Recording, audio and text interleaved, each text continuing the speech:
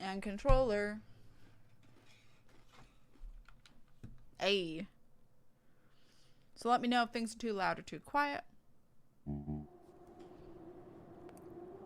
Oh, it just put me here.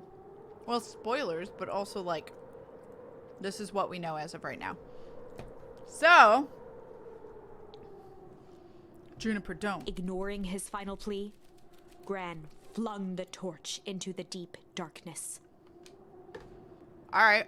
I saved at a weird point. I thought it would save after the She thing smiled and exhaled in relief. Mr. Nuncreed moaned in resignation. The torch echoed as it ricocheted down the hole, punctuated with a thunderous thud. Gran, or maybe not Gran, no. You see, Joseph, I've learned one very important lesson in life. If you want things to change, then you must be willing to. Before Gran could finish, the ground shook her to silence.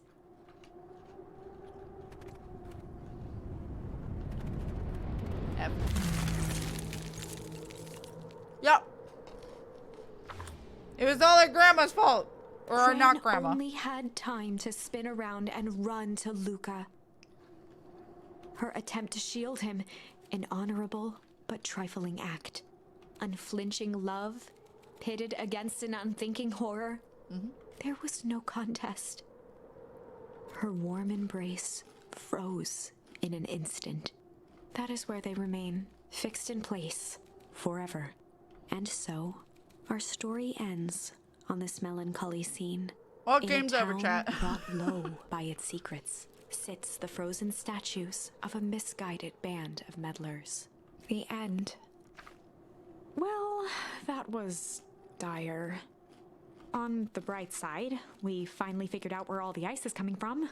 Yep. Now, we just need to find a way to deal with a mystic, unfathomable force of nature. Uh-huh.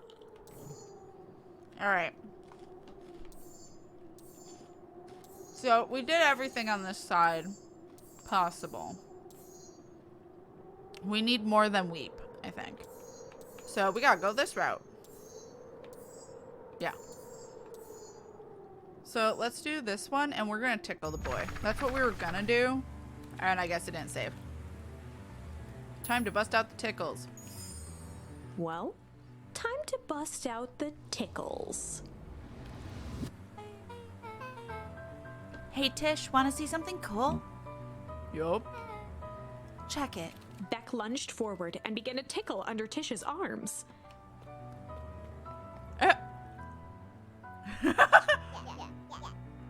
What the? Tish, is she tickling you? Yup. Yup. Yup.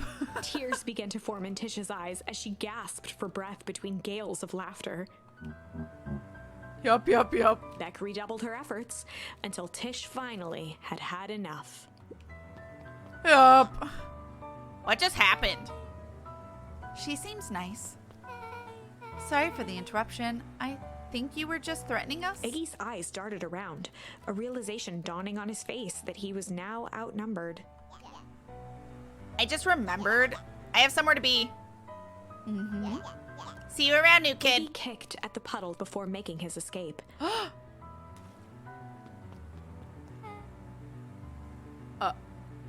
No. Why can't we have a route where nobody gets kicked with the goo? Is it just on your hair?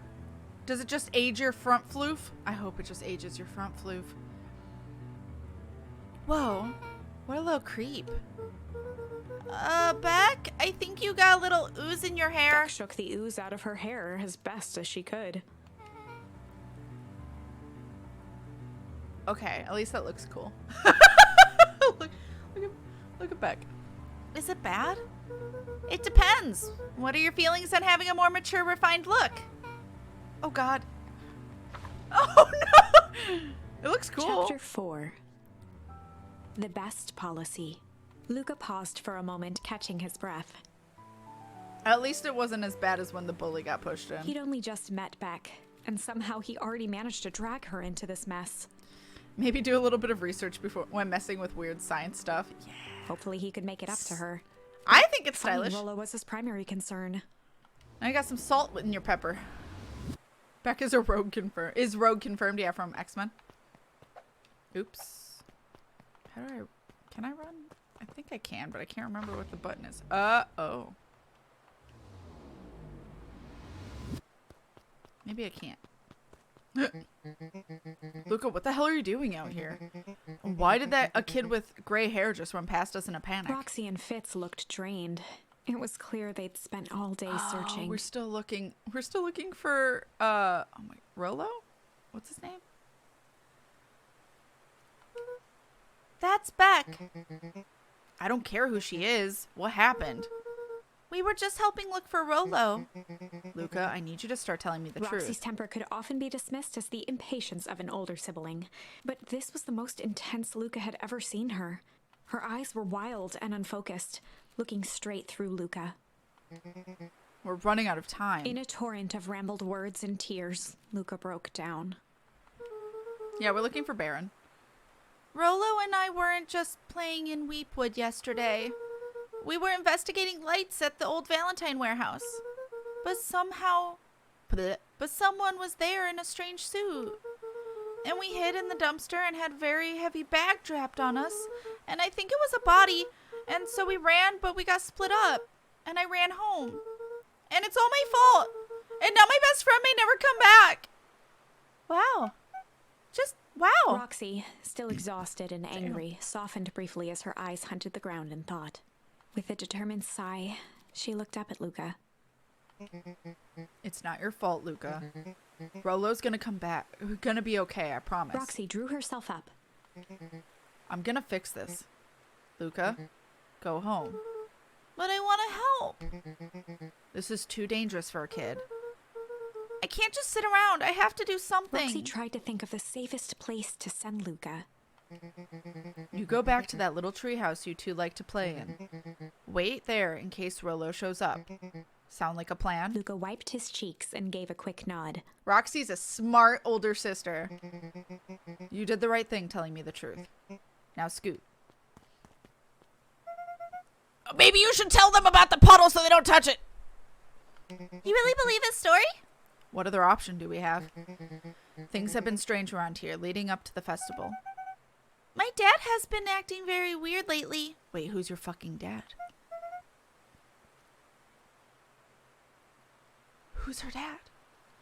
Well, weirder than normal. Looking into the puddle, Roxy rubbed her arms to warm up. Why is it so cold here? This place gives me the willies. Wait at the treehouse in case Rolo shows up. Can I tell them about it? Ugh! Well, rip. The guy they had in the secret room? Oh! Trolliver? That makes sense. They're both squirrels. I would find it super stylish. It is like Rogue. Don't pull in. So I'd agree with Jada. That makes sense. I forgot he was a squirrel. Okay. Mr. Nuncree jumped with a start. You have him, don't you? The only person that's been wearing an outfit other than Gran is you, Nuncreed. Just saying. Whoa, don't sneak up on an old fella like that. Sorry. Who were you talking to? What? Luca motioned to the phone booth. Oh, no. I was just checking because I thought I heard it ring. But the dang thing never does, of course. Yeah, I've never seen anyone use it, really. The whole thing is a waste of money, if you ask me. Any word from Rolo yet? Not yet. Long time for a boy to lose his way. Bitch. Rolo knows those woods too well to get lost. I suppose you're right. Silly boy's antics. What is this music? Silly boy's antics have his whole town worried sick. Antics? Well, we all know Rolo likes to play his little pranks. You think this is a prank? What other possible explanation could there be?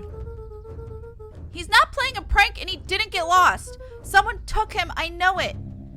How would you know that? Unless... Luca, is there something else that you know? Don't tell him! Run! Run!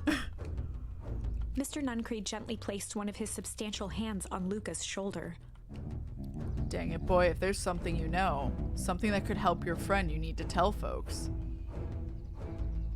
There's music. Luca peered up at Mr. Nuncreed. Kind eyes warmed a stern face.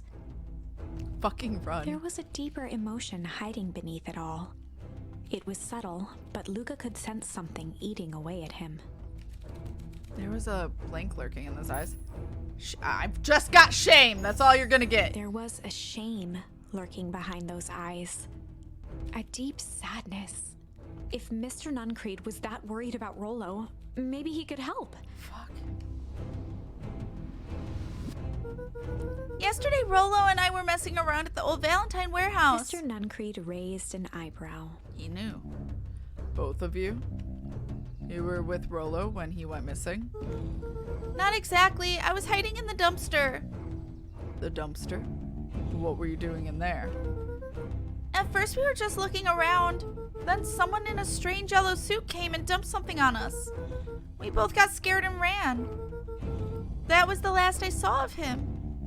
You got scared by some garbage? Well, that's why you don't go skulking in someone's dumpster. But it wasn't garbage, I think. I think it was a body. I'm sure it was just some trash. That's not what the hand that I found in the trash says. It was decomposing hand, sir. Care to explain? No, there was a name tag. It said Deep Engineering. Mr. Nuncreed's shoulders slumped. You fucking called it! I wish you wouldn't have said A that. deep sigh bellowed from his chest. Why did you have to? I tried, Luca. God knows I tried to keep you safe. Luca attempted to take a step back, but Fucking run! Nuncreed's hand clamped down on his shoulder. Ah, shit. But you Van Horns just can't help yourselves, can you? Have you killed them all? No, right. We know that he didn't kill our dad, but he definitely had a part in it. I don't know. We were all so close to being done with this. With a firm shove, Nuncreed manhandled Luca into the phone booth. What are you doing? It's out of my hands now. The door latched shut with a mechanical hiss. Shit. Well, F. As Luca pounded the glass, the floor dropped from under his feet. The inside of the phone booth was now a loose capsule plummeting at gravity's whim. Luca winced and pressed his hands to the walls. As he braced for impact, the capsule hurried to a surprisingly smooth stop. He felt a cold rush of air and opened his eyes with hesitance. Two large figures in hazmat suits occluded his view. Luca heard the deep, resigned voice of Mr. Nuncreed over an intercom. He knows too much. The end. My God. Wait. No. That was fast. Ooh, sandwiches. What kind? This isn't the end. I know there's still much more. Yeah, I don't like Nuncreed's eyes when he, gets more stressed. Somehow this went wrong. Okay, let's try something else. Okay, well, I'm gonna eat some goldfish. Hold on. Okay. So that's all we had, and we did this. So the only thing we have left is to do flight here. Okay. To catch everyone up, in this route, we have pushed the bully into some acid, so he maybe is half grown man. Don't question it. Second, we are currently trapped atop in the treehouse by a bunch of clones and the hyena CEO bitch at the bottom trying to capture us.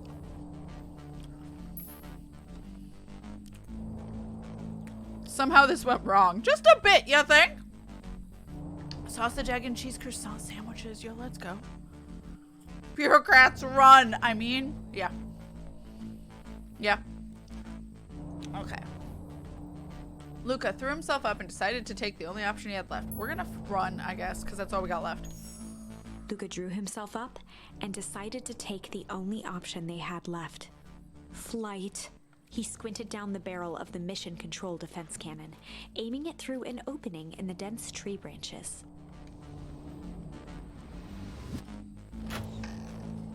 He looked up with surprise as it struck true and taut.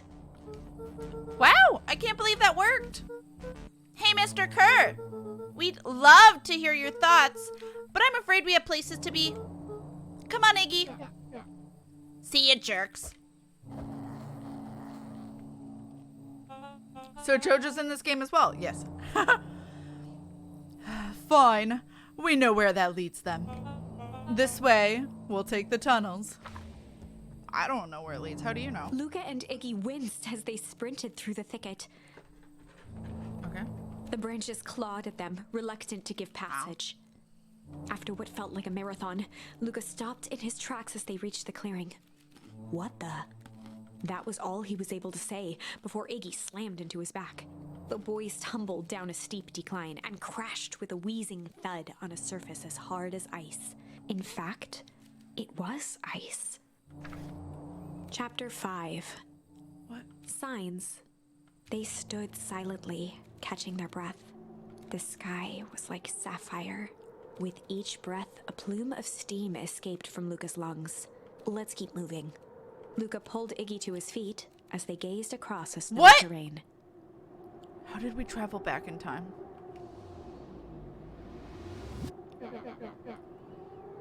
That was actually pretty badass. Uh-huh. I think we lost him. Are we up in the mountains? I don't think so. If anything, we went downhill. Then what's up with the Winter Wonderland? All I know is there's no going back the way we came. Let's see if we can get our bearings. Follow me. This is home. This is home, Luca! Come on! Have they never had winter in their life to know what things look like in the winter? Oops. A disc of smooth metal was lightly covered in snow. 2 faint seams were visible along the surface. So this doesn't explain shit, because to my knowledge, the only way to get to the frozen future or past, I don't know when any of this is, the only ways to get to it was the pipes, so I don't know how just falling down a hill had that happen. What? A manhole cover? If it is, I've never seen one like it. Okay. What? Uh-oh. I don't know who these two are. One is probably Nuncreed. I'm gonna guess the one on the right. I don't know who the one on the left is, though. Unless it's Gran being good at cover-up. Excuse me. What's the readout? Sitting above 258 Kelvin. That's down a bit from last time. Radiation, chat? What would measure in Kelvin? Should we report this to Mr. Kerr? Nah, still within safe ranges. It may be spread here. I'll talk like they have the suits on. It may be spreading, but it's under control for now. Even a small nudge in the equilibrium could cause a cascade. Dude, relax. Just a few more sites to hit before we can punch out. Let's get this over with.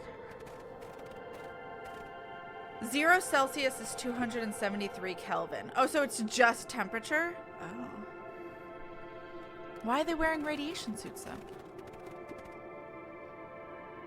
What's all this? Hard to say with all this snow. I think it's a town sign. I can almost make out the letters under there. What town could this even be? There couldn't be another town this deep into Weepwood. I'm looking at the evidence to the contrary. Let's figure out what we're dealing with here. Step 1, snow's gotta go. I'll see what I can do. Okay, seriously then? Like, you guys really don't know what your town's like covered in snow? It's about 5 degrees Fahrenheit. Oh, I've had that cold of weather. It's cold, but why are we measuring it? Since everyone's bullying Cat with non-American units? Thank you, baby. No one's bullying, but that's, yeah, I have no idea what Celsius means. In situations such as these, I find it best to chuck stuff first and ask questions later. Second. What stuff am I chucking? Oh, snowball. I forgot how to throw. There we go. The boys What a stared in shock. disbelief at the sign that now clearly read, "Welcome to Beacon Pines." This doesn't make any sense. We're in Beacon Pines? How is that possible? We ran away from town. How did we get back here? I guess we got turned around? Where did all this snow come from? Well, it's been colder than normal lately. There's a pretty big difference between sweater weather and Arctic hellscape. I mean, living in the Midwest, 5 degrees, Arctic hellscape, it tracks. It all tracks. The puddle we forgot, or wait, the puddle we fought at before, it was cold too. Oh. Oh. Maybe all of it leads to one source. You think it's related? I mean, he fell in it. He doesn't know it's cold. What the hell is going on? We're gonna get you some answers. Let's keep moving. Huh. So it's not only cold, but Luca, are you there? Luca had almost forgotten the walkie-talkie he was carrying. I'm honestly surprised the walkie-talkie works in parallel universes. Is that Bozo Kerr? Wait, oh, is it? Oh shit, I thought this was... I did the voice for Rolo because that's the last person who talked to us on it. Hi Zin, hello. Fun fact, Rankine is to Fahrenheit as Kelvin is to Celsius. Oh. I've never heard of Rankine. I hope nothing bad has happened to you out in those woods. Luca looked at Iggy with hesitation. No need to be rude. With a resigned sigh, Luca responded. It seems like the only dangerous thing in the woods is you. He speaks, the young man of the hour. Now, how in tarnation did you end up with one of our radios? Just lucky, I guess. Boy, howdy, you Van Horns are full of surprises, aren't you? You knew my parents? I never had the honor of meeting your father, but your mom sure was a handful. Luca winced, shoving the walkie-talkie back into his pocket. We gotta keep moving. Wow, what the fuck? This stuff look familiar to you? It looks like the barrel near the puddle I, shoved me into, yeah. Bully's like, fuck you. The fencing glistened, each chain link encapsulated with a translucent layer of ice. It looks like the stuff they put up around Weepwood. The stuff who put up? I don't know. Okay. No crutches here. Getting some real Bond villain vibes. Yeah. It's all Looking frozen. down at the frozen stream, Luca could faintly see a school of minnows encased in the ice. I don't like that statement either. Whatever happened here, it happened fast. The fish didn't even have time to run. Or, swim run. Me. Trying to describe how fish swim. Okay. The crunching of footsteps trailing Luca went hush. He looked back to see Iggy's face twisted with confusion. Everyone's gone. What? There's nothing but more snow. There must be an explanation for all this. We have to keep looking. You can look all you want. I quit. Iggy, we have to keep going. You don't get it, do you? This isn't one of your pathetic Hank Atomic stories. We aren't going to save the day. We aren't even going to save ourselves. My face is mangled. That may or may not be because of me. The town is destroyed, and everyone we've ever known is gone. We don't know that. You can't just quit. Do whatever you want. I'm done. Iggy, it's gonna be okay. Luca peered upward at the darkening sky. He let out a long, foggy breath. Faintly, Iggy began to cry. Seeing Iggy in such a pathetic state gave Luca a sense of compassion, and more than a little guilt. I don't blame Iggy here. No. I mean, he's a bully. He already got his comeuppance by having half his face literally turned into an old man. So, like, I mean...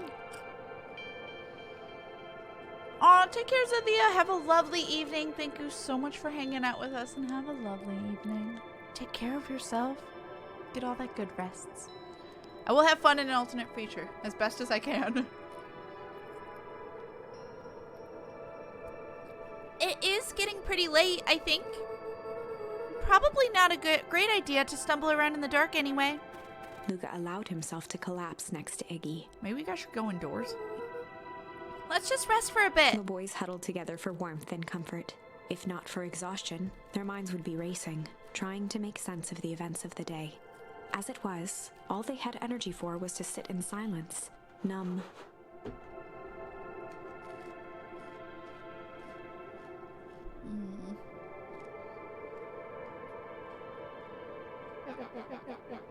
The way the snow covered over everything. It's kind of calming. Yeah. I haven't had time to say this, but thanks. Huh? For getting us away from those creeps. I sort of froze up back there. I'm like totally in Iggy's face. I'm sorry. Iggy, I should be the one apologizing. This all happened because I lost my temper. Nah, that's bull hockey. First of all, you didn't know what the gunk would do.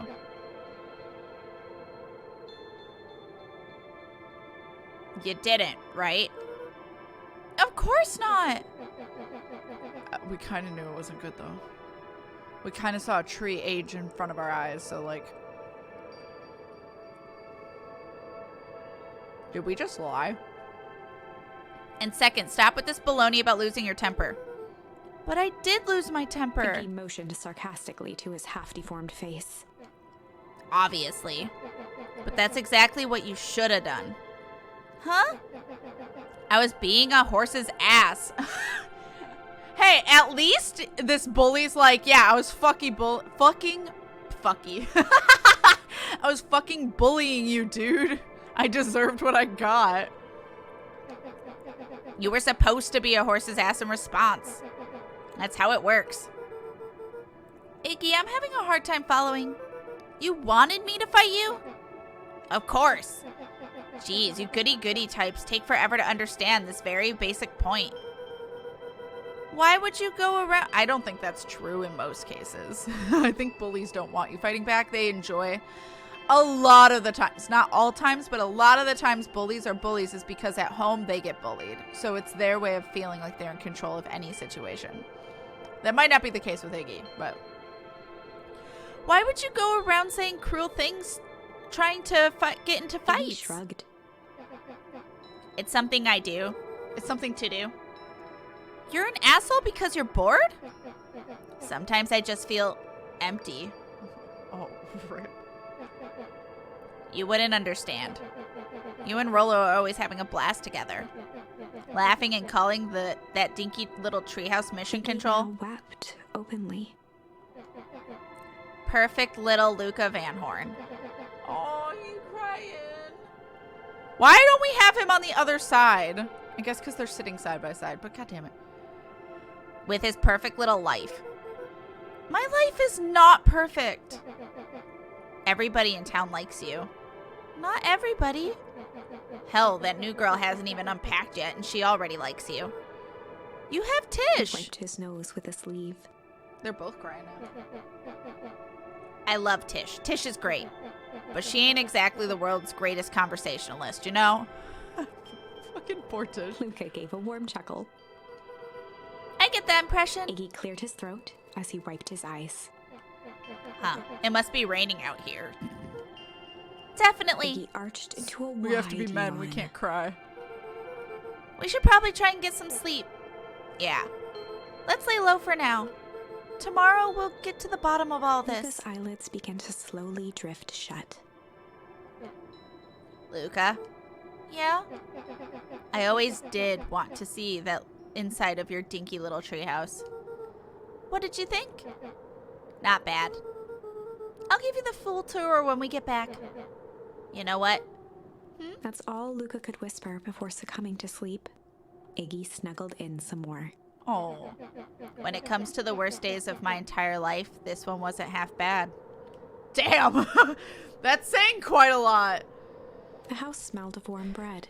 You can cry. I know. Something about the narrator's voice has ASMR vibes. I can see that. Yeah. It's just missing a shape-shifting alien. Is it wrong that I want to get Kat a sound clip of a van beeping its horn to play every time they mention Luca's family name? Luca was playing with toy blocks on the living room rug. He looked up to see his parents on the couch. His mother held his father's head in her lap. She idly stroked his hair while humming a song. A voice behind Luca spoke. "This is how you remember them, huh?" Luca turned to see his own face. The doppelganger from his dreams, still clad in a yellow hazmat suit, still carrying a look of disdain behind empty eyes. I forgot about this, like, side thing. Aww, look at this perfectly cozy scene. You know it wasn't really like this. The figure picked up a toy block and inspected it. It's amazing the facades that one can build given the right materials. Not that I blame us. These are a child's memories, all warm and fuzzy. You don't remember, do you?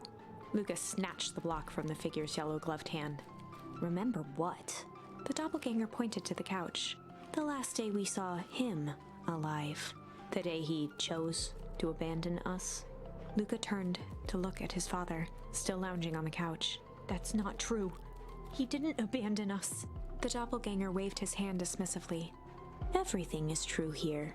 It's just a matter of what we choose to see. Let me show you. The world flickered and pulsed. Luca was sitting next to his bed, listening to his heartbeat with one of his dad's stethoscopes. The doppelganger limped into the room. Now, we both know that's not how this went. He grabbed Luca's hand and guided the stethoscope to the floor. Luca heard muffled shouting, brought close by the stethoscope. It was his parents, fighting. Do you remember what we did next? Luca gave a slow nod and crept down the hall to peek through the banister. He could see the outline of his mother at the bottom of the stairs. Damn it, Walt. We can't afford to get involved in this. She was scared. His father stepped forward. What am I supposed to do? Just watch? There's a sickness in this town, and we both know who's behind it. Goldfish! Damn it. I swore an oath to help people. I won't turn my back on them. Honestly, I don't blame the dad. Luca's mother grabbed Walt. She was crying, pleading. I can't lose you. Walt calmly removed Eleanor's hand from his shoulder. What's right is right, and what's wrong is wrong. I could never live with myself if I let Sharper get away with this. Yeah, that's fair. Eleanor raised her voice. I wouldn't say he abandoned them. He fought for he fought for his morals, what he thought was right. Spare me your bullshit platitudes. What about our son? Luca flinched, dropping the stethoscope down the stairs. Walt turned with a panicked smile. Luca, is that you, buddy? With tears in his eyes, Luca descended the stairs. Mom? Dad? What's going on? Walt dropped to a knee to meet Luca eye to eye. Nothing, buckaroo. Your mom and I just got a little overexcited is all. Luca placed the stethoscope against his father's chest. His heart was racing. It sounded like you were going somewhere? Walt gently removed the device from Luca's ears. Listen to me, Luca. I have some business to take care of. I'll be back in time to tuck you in. Luca hugged his father tightly. Promise? Walt stood up and walked to the door. He glanced. I promise. Oops. Glanced over his shoulder. With a wink and a grin, he put on his hat and strode out into the evening sun. A figure approached soundlessly from the foggy snowfall. Who the fuck are you? Speaking of crying, yeah. That's not him abandoning them. That's him fighting for what's right, and it just went south. It stood above them, lingering in contemplation. Slowly raising one hand above Iggy, it snapped out 2 brisk raps on his head. From a deep slumber, Iggy sprang up defensively. They're adorable, whoever they are. And they're a mouse or a rat. Get your hands off Whether me. it was the calming presence or the recognition that he was not in danger, Iggy felt his clenched fists lower. Just what do you think you're doing? Luca looked up, gradually remembering his whereabouts. The figure exhaled a cloud of warm vapor. You two certainly have caused a lot of commotion. What's that supposed to mean? Take it easy, Iggy. Excuse me. We were asleep minding our own business. You're the one running around people's... Oh my god. You're the one running around knocking on people's heads. I'm sorry if I hurt you, Iggy. You didn't hurt nobody. Anybody. Huh? Oh, I see. You think you're better than me. You... When it came to complete strangers, Iggy had trouble cobbling together an insult. You big-hatted, scarfy-necked furball. Mm-hmm. Okay, let's lower the temperature a bit here. Yeah. Interesting choice of words. I mean, let's just all calm down. Who are you? A friend. An observer. A hitchhiker on the infinite expanse of possibility. Great, how about a name?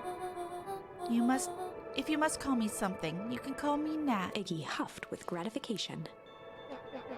How about you make like a gnat and buzz off? Good one. Oh my god. Very well. Nat began to turn away indifferently. Wait! Do you live here? You might say that. Do you know where we are? You might also say that. Look, pal, we just want to find out a safe way out of here. Are you going to help us or not? Before knowing how to leave, one must know where they are. All right, that does it. Luca, I don't know about you, but I'm getting out of here one way or another. Iggy turned sharply and began to stomp off. Enough with the riddles. Iggy, wait up. Realizing he'd worn their patience then, Nat relented. Very well. I suppose this isn't the time for metaphors. I'll show you how to get back home. Luca and Iggy turned around with hope in their eyes. Come here. Nat took a deep breath in. Close your eyes. Nat exhaled slowly, then snapped his fingers.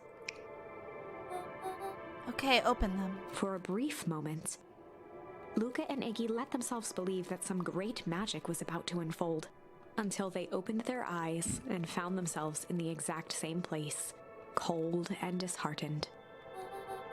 This is your home. This is Beacon Pines. Look, Nat, we don't know how we got here. Maybe we've stumbled through some time travel gate in Weepwood? Or we teleported to some alternate universe. Or this is all just some cruel experiment by Kerr and his goons. But this is not our home. Is this some Soma bullshit? You're inching closer to the truth. Alas, the reality is much less fanciful. Just give it to us straight. So be it. As I said, this is Beacon Pines. The original, true Beacon Pines. Is some Soma bullshit. You both grew up here, but the town you've called home for the past several years is a replica. A remarkable achievement of engineering, to be fair, but a replica nonetheless. That's impossible. It's too much work. You need a whole town to replicate a whole town. Indeed, to pull off such a feat would require immense labor power. That which could be moved would be moved. That which could not would require a precise duplicate. We would have noticed. Someone would have noticed. You'd think so, unless the auditing was impeccable. A mind-numbing attention to detail. As for the innumerable trivialities which complete the tapestry, well, you can leave that to this miraculous thing we call a brain. It has a real aversion to discontinuity, a revulsion even. The brain has a wonderful way of smoothing out the rough edges, keeping us sane. Luca and Iggy looked around uncomfortably. Yeah, we're like, I guess we've been in the Matrix and now we've woken up. So you're saying that someone made an entire new town and moved us all and no one noticed? Precisely. But why? Why is the one question that can never be answered with certainty. The best one can do is to uncover. Nat narrowed his eyes, furrowed his brow, and uttered, The source. Why'd you say the source like that? Why, indeed. Luca began to laugh uncomfortably. It's all ridiculous. There's no way they could. He looked down at his feet. His eyes started back and forth in contemplation. With a sudden pain, a thought struck him. If this really is home. He sprinted off into the pale distance. He's trying to run back home. As Iggy turned to follow, Nat called out, Iggy. It's not too late to turn back. Simply head west through Weepwood.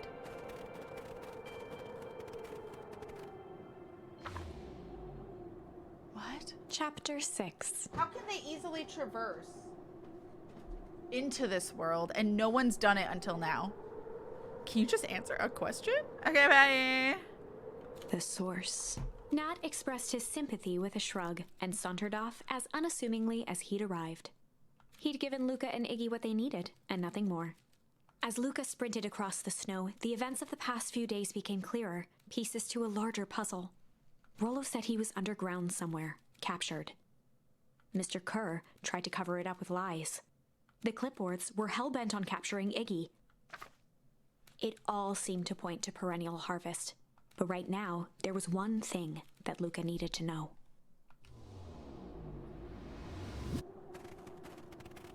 Luca stopped dead in his tracks. The tree was gone, uprooted and moved, leaving a raw gash in the earth. He dropped to his knees and dug wildly at the cold snow.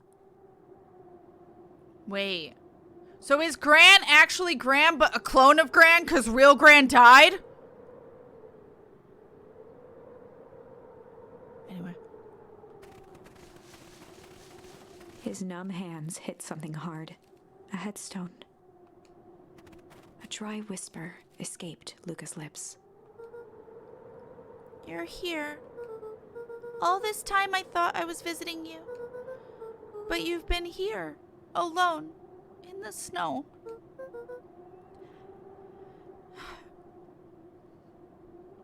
Dad, I'm so sorry. They ruined your favorite spot in the world. Our favorite spot in the world. Dad, what do I do? There was no reply, just snow-covered silence.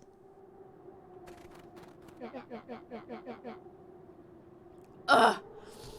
I wasn't prepared. I have tissues, but they're too far away. Why am I seeing a wall of text? I have no idea. Squidbot's smoking something.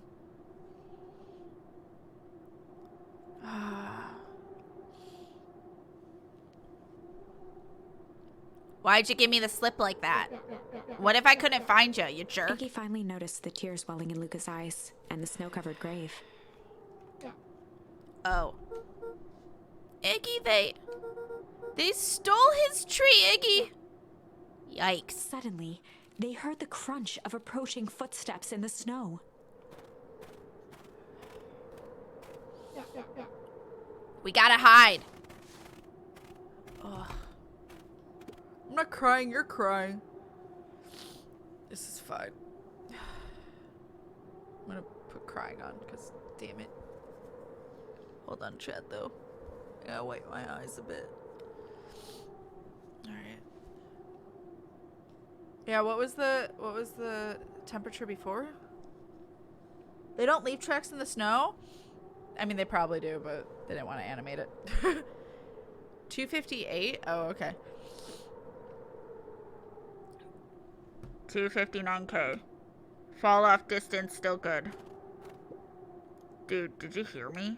I said 259. Sorry. You ever think about what we did here? We saved a whole town of people. Doesn't feel like it sometimes.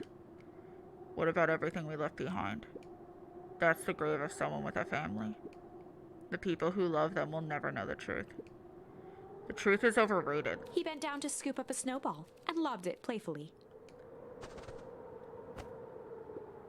Hey! Don't be such a downer, dude. We took this job to change the world. Yeah. Come on. It's almost lunchtime.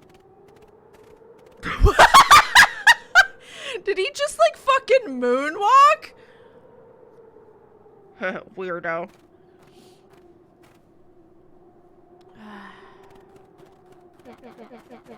Here I thought I was a jerk. These dinguses are out here literally dancing on graves. Luca stuttered through heaving sobs. I thought I was visiting him. I thought he was with me. Not gonna lie, that's a bad break.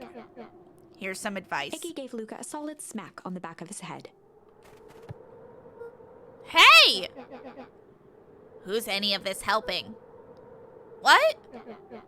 Sitting here in the snow crying like some pushover. Why are we encouraging boys can't have emotions? Who you helping? Iggy, look what they did. They lied to everyone. Blah, blah, blah. Luca Van Horn, you're a lot of things, but you ain't no pushover. What did I tell you before? When some jerk comes at you, acting like a horse's ass, I should stand up for myself. Hell yeah. Kerr and his merry little band of clipboards pulled off this switcheroo for a reason, right? Nat mentioned something about a source. Luca wiped his eyes with a sleeve. You can cry! That's what I'm saying! Process the emotions, Luca. Seriously, though. Welcome back, Five Timbers. How's your fur baby doing? Moonwalk or crab walk? Thank you for the clip, Cortana. Whatever's at the source must be awfully valuable to Perennial Harvest. Sure would be a shame if something unfortunate were to happen to the precious source, wouldn't it? What do you have in mind? If it's small enough to steal it, we snatch it. But if it's too big to snatch, we smash it. What if it's too big to smash? Iggy flashed a mischievous smile and cracked his knuckles. I'm always up for a challenge. I'm gonna make this right, Dad. I promise. Let's do this. Okay.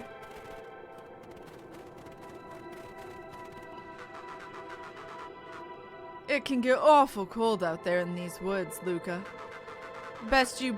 Probably best you two stay put and conserve your energy. Help's on the way. Where's Rollo? Where's my mom? Did you kill her? Oh, heavens, no. Do I seem like a killer to Iggy you? and Luca shared a skeptical look. Well, do I? Oh, shucks. Now that hurts my feelings. Screw that guy! Yeah. Was expecting these feels. What a good game. Seriously, though. Wait a minute. If this is the original town, then that means... Iggy darted behind a large pine and began digging furiously. He emerged holding a shoebox with a crude skull painted on its lid. What's that? Long story. So a few years back, I came into possession of some premium grade fireworks. Not the wimpy firecracker stuff they gave kids. The good stuff. Excuse me. So why did you bury it under a tree? That's the long part of the story. You and Rollo were doing chores at Rollo's chicken coop, and you guys pissed me off for one reason or another. Luca rolled his eyes with realization. No, you didn't. Iggy stifled a chuckle. Yep. I just wanted to give you guys a little scare. But like I said, these were some primo fireworks, so I might have underestimated things. You blew up the chicken coop? I prefer to think of it as incendiary redecoration. Sorry, but you should have seen the looks on your faces. Rollo got grounded for months, which is why I needed to stash the evidence and lay low. So I buried him under that tree. But when I came back for him later, they were gone. I figured some grown-ups found him and tossed him. Iggy triumphantly raised the shoebox. Turns out, it wasn't the fireworks that got moved. It was us. Unbelievable. Well, now we have fireworks, chat. Let's go. Do you think this a game? Newsflash, boyo. You're not a hero. You're a little brat who's in way over his head. A hero is just someone who refuses to give up. Comics these days are rotting children's brains. Everyone thinks they're a spaceman superhero. I was always partial to Hank Atomic myself. Is that so? Do you really think you have a chance against us? You have no idea how powerful we are. Prepare for blast off, loser. Okay, you absolutely look like a killer, yeah. My dog has tweaked her knee. It's not too bad. They gave her a steroid for the swelling and some painkillers for a couple weeks. Okay, Five Timbers. I hope she feels better soon.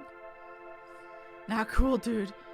Seriously, current entertainment medium these days is rotting kids' brains. Yeah, no matter what it is, it's something. Something's rotting someone's brain. We should not throw fireworks into there. But if we do...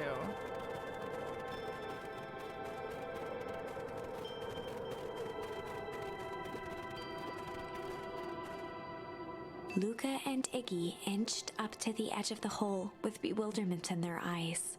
Arctic air breathed out of the cavern in heaving gusts. Echo, echo, echo, echo. Whoa! I can see why they wanted to move us all out of town now. But why would they dig a giant hole? I think this is it. This is the source? It's a dang hole. How do we smash a hole? Fuck. Oh, it's so much more than that, my annoying little friend. Kerr! Where's Rollo? I wasn't lying before. He's safe. Well, safer than you two, at least. Drats, it's cold. You just had to drag me all the way out here, didn't you? Mr. Kerr gazed down the abyss in contemplation. It really is something, isn't it? What did you do to our town? What is all this? Well, that's a doozy of a question. This is the source, where they collect the unrefined, Kerr scratched the back of his head. Honestly, boys, I don't understand any of this well enough to explain it. Fact of the matter is, I'm not paid to know. What do you mean you don't know? You aren't in charge? Oh, heavens, no. My role is merely to flash a winning smile. to flash a winning smile and manage various complications. Complications like us? You are a smart boy. His face contorted into a saccharine grin. It really is nothing personal. Some people are destined to strive for greatness, and others are simply obstacles along the way. Seems like you were destined to be a creepy lackey. The point is, we all have a part to play in life. Mine just happened to be in the lead, in the role of a lifetime. And you happen to be extras ready for your curtain call. We aren't giving up without a fight. Your smile's not going to be so winning when we're done with you. Now, boys, there's no need for melodrama. It makes even a professional such as myself embarrassed for you. Let's change the mood a bit. Kerr snapped his fingers. Scene change. Shit. There, that's better. Deal with them. Iggy turned to Luca with a sly glance. Why are you smirking? Because I have a box full of fireworks and you don't? Iggy waved the box into the air, threatening to drop it down the hole. I mean, they're not lit, though. You gotta kind of have a fire, don't you? Stop. Let's not do something regrettable. Joke's on you. Regret is one of my specialties. Out of curiosity, What would happen if I threw these in your precious hole? Nothing. Nothing at all. You're a terrible liar. I'll have you know, I'm an exceptional liar. But, that's far enough. Plucked a single bottle rocket from the box and held it up with reverence. Stop, you fool. Call off your goons. After a long pause, Mr. Kerr flung up his hand with frustration. Very well. You can all head back for the night. It's been a long day. I'll handle these two from here. I like Mr. that Kerr the sighed fucking into the frigid air. red pandas walked backwards because they're fucking robots. It's just us now, Iggy. You can put that down. What, like this? With a nonchalant flick, Iggy tossed the firework into the hole. Fucking rip. It was so small.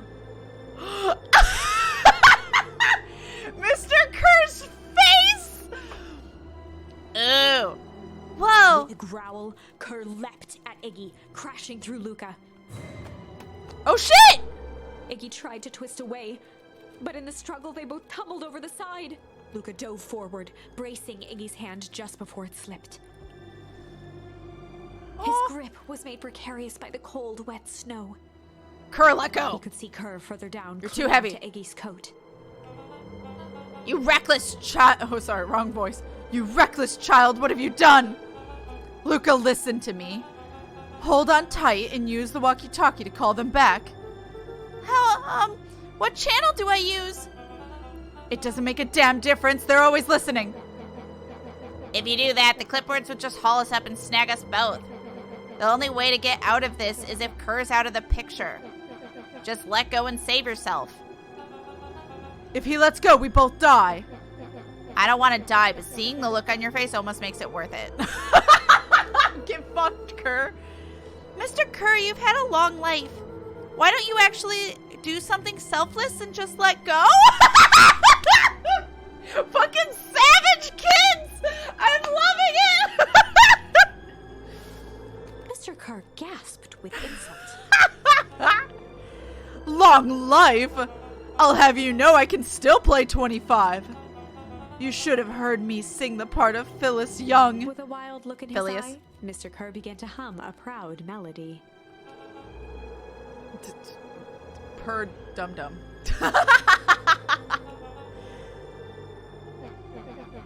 Wow, can you believe this guy? Oh, I got hum. I don't know what the fuck I'm gonna use that for, but... Luca's hand began to cramp. His voice began to crack.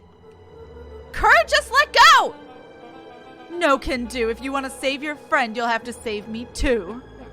Luca, look at me. It's okay. Luca felt Iggy loosen his grasp. You aren't going to kill your friend like that, are you? I mean, we're barely friends. He's kind of my bully, but you know. Still, I feel bad for a child, not you. Every muscle in Luca's body burned. I'm not his friend. Yes, you are! Nah, I'm just a no-good bully. Like you, Kerr. Iggy, no! Luca felt his hand slipping.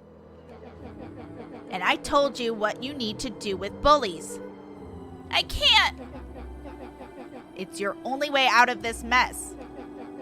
Two birds with one stone. It makes sense for us to fall together. Wackadoos travel in A packs. calm settled over Iggy's face.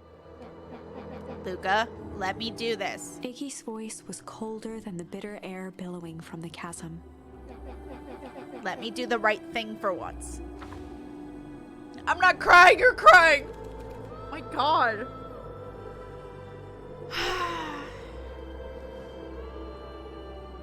Luca had no choice but to... Well, we're gonna probably try both.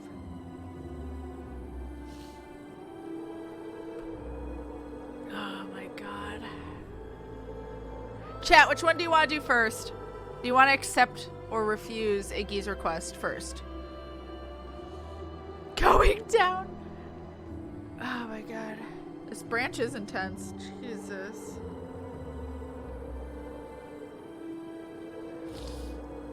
Accept.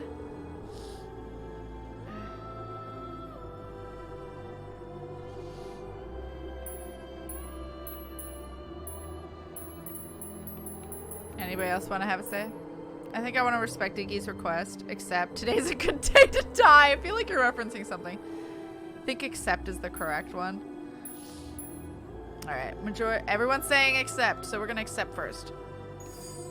Luca had no choice but to accept Iggy's request. Yeah, the accept With a quiet picture's a little blink, too happy. Luca watched a teardrop sail down into the howling void. As his fingers slowly gave up, he met eyes with Iggy. Good. Aww. The two silhouettes were swallowed by darkness.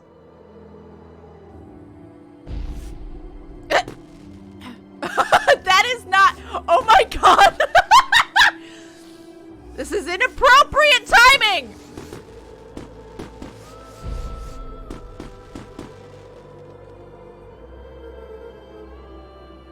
Hell of a goodbye, Iggy.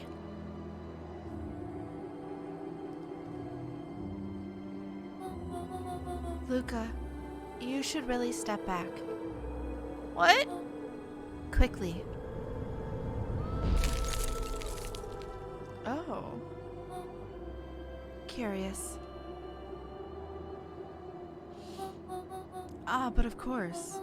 Those fireworks of Iggy's must have been just the right amount of energy.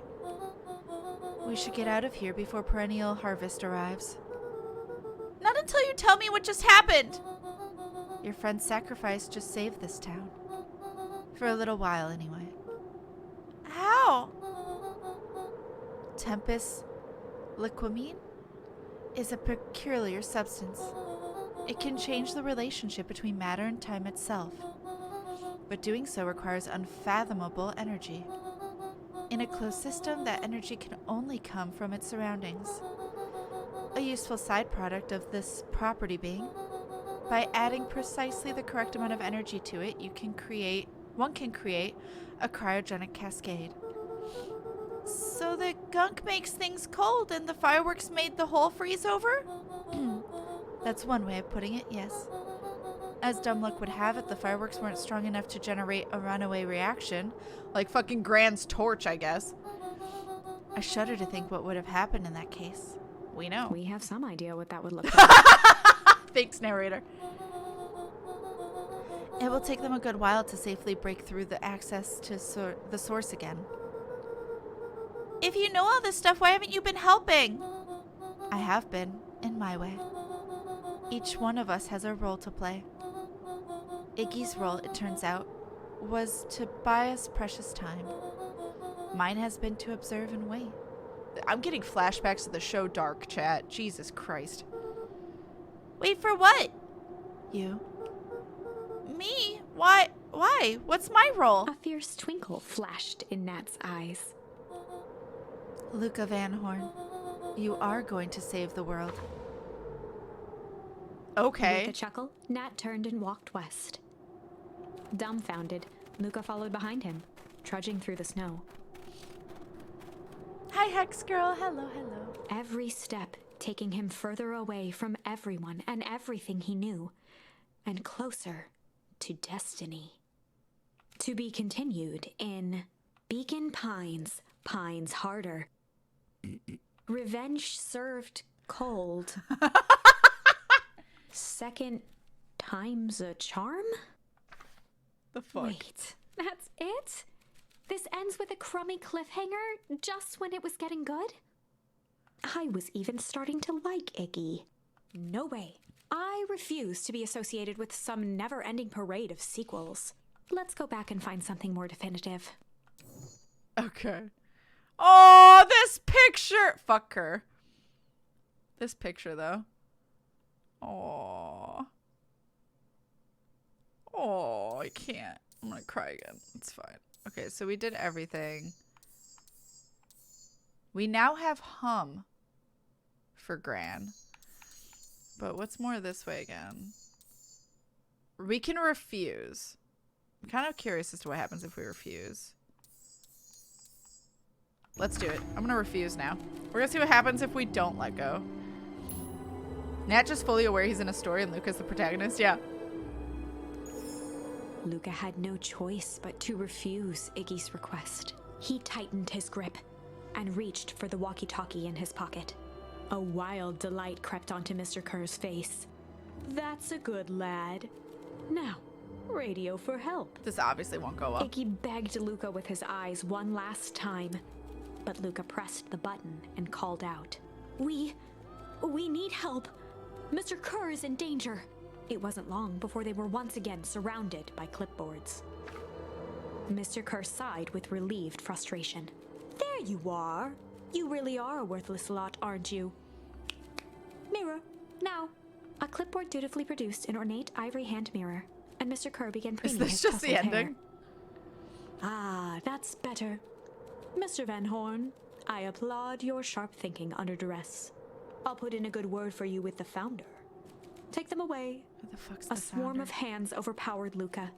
The last thing he saw before a cloth bag was pulled over his head was the defeated look on Iggy's face. The end. Yeah, that's just an think ending. This Wow. was one of those times where doing the right thing was the wrong thing. Okay.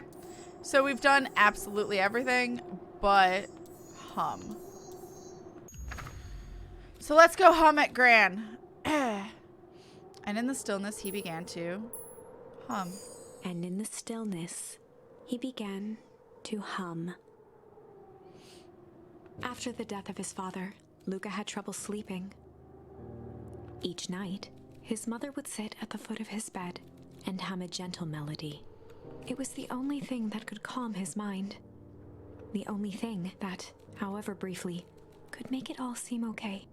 That melody pervaded every memory Luca had of his mother. Shivering in the raw snow, he began to hum it out loud.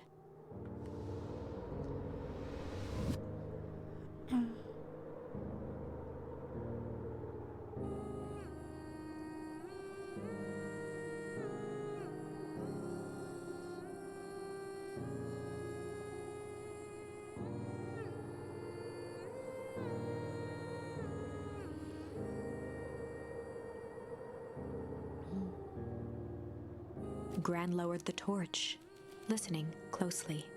As recognition slowly set in, her heart sank.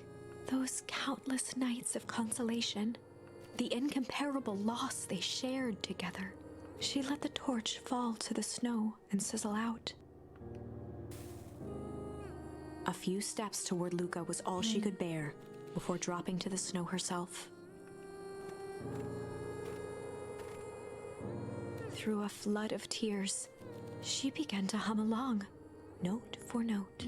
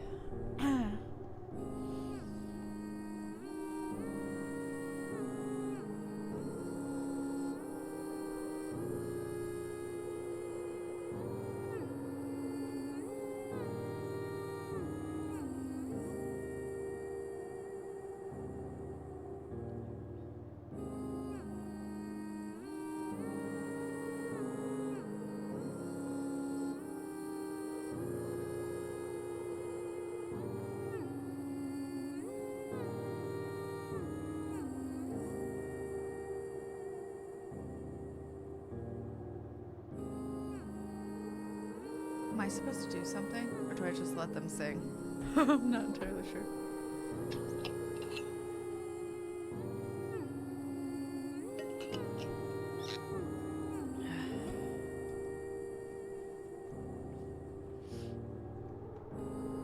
Luca lifted his Oh. head in astonishment. Yeah, I was supposed to press something. The last time he heard that melody was the last night he saw his mother.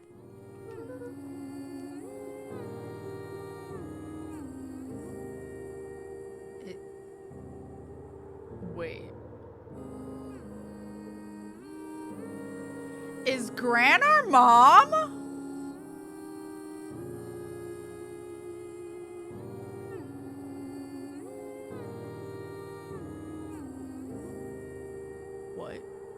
The fuck? How do you know?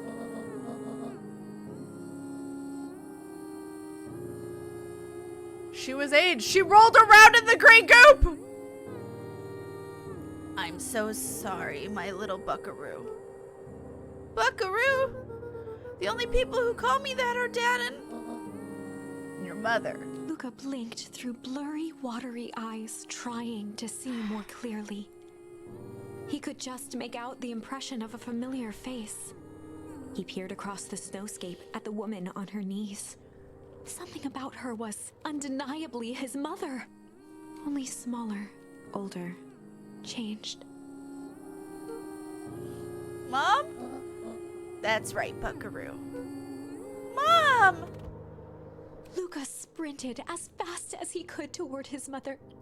They held each other close, and the cold retreated from their bodies. Eleanor? I thought you were... Gone. You should have known I would never abandon my son. Eleanor looked down at Luca, tightening her embrace in an appeal for forgiveness. How? You're a smart man, Joseph. I thought you'd have pieced it together by now. You were exposed. Mom, I don't understand any of this. What happened to you? Where did you go? Why did you leave me? I never left you. I was always right here, Luca. Why did you lie to me? It tore me up, Luca, but I did it to keep you safe. I thought that getting answers would help us both move on. But the more I discovered, the more I realized the danger we were in. Until perennial harvest was stopped, it was better if everyone thought I was gone. You could have trusted me. These are bad people, Luca. They won't stop until they get what they want. And they don't care who gets hurt in the process. Then what do? We have to stop them. Joseph slumped into the cold, wet snow. They can't be stopped. This is too big. I tried beating them at their own game. I'm done fighting fire with fire. For the first time in a long time, her voice felt like her own again. I'm not crying, you're crying, Chad. Why is it raining in here? What the fuck?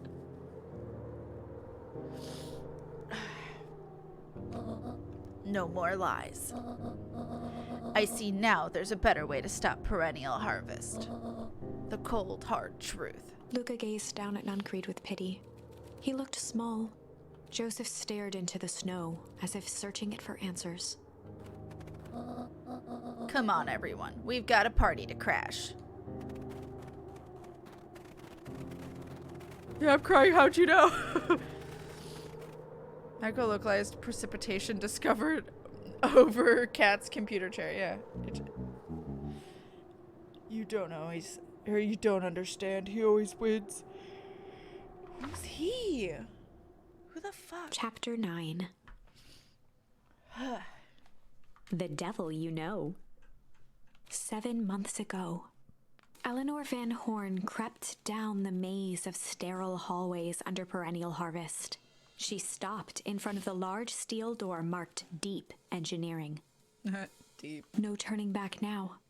She raised a trembling hand. The stolen keycard worked as promised, and the door buzzed open with mechanical efficiency. She was immediately hit with the smell of disinfectant. It was some sort of laboratory. In one corner was a desk covered in papers. Across the room stood a tall metal pod with hoses protruding from its base. She rushed to the desk and began shifting through the piles of papers. They were experiment reports on something called Tempus Liquamen. There were dozens of them, every one stamped failed. Eleanor heard the sharp echo of footsteps approaching.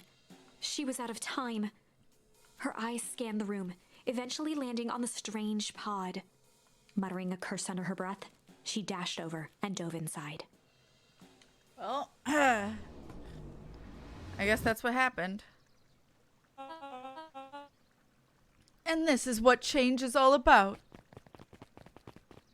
Look at us go. We've come to crash your fucking party, bitch. Grabbing the future by making... oh my god. Grabbing the future by the scruff of the neck and making things happen. Change is a choice. I am tickled pink that we will all be making that choice together. How great is that? This man is a liar. Excuse me. I will not. This town has a dangerous secret and perennial harvest only exists to keep it hidden. Nonsense. They picked up the whole damn town and moved it right under our noses. You aren't making any sense, dear. Mr. Kerr addressed the crowd with a sarcastic tone. Imagine such a thing. That's absurd and just plain impossible. They promised they could fix the foul harvest. They told us they would clean this place up.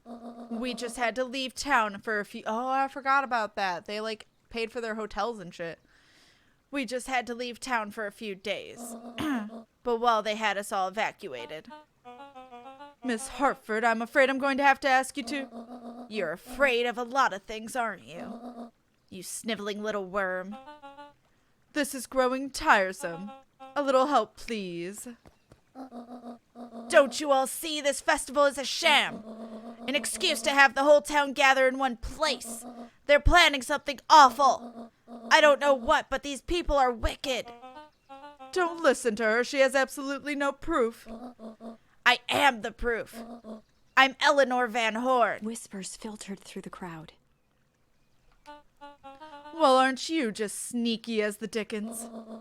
We all knew Valentine's fertilizer was too good to be true. And now this whole town is paying the price. Ladies and gentlemen, I am so sorry about this disruption. My associates will take this obviously disturbed woman somewhere comfortable, so she can get the help she needs. Thank you. She's not the one who's disturbed. You two-timing clown. Thank you, Nuncreed. You all know there's something wrong with this town. It was just easier to look the other way. The truth is...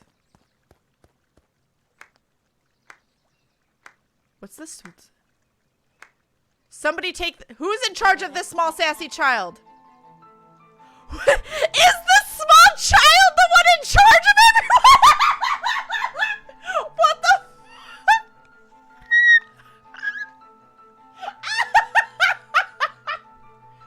Oh my god.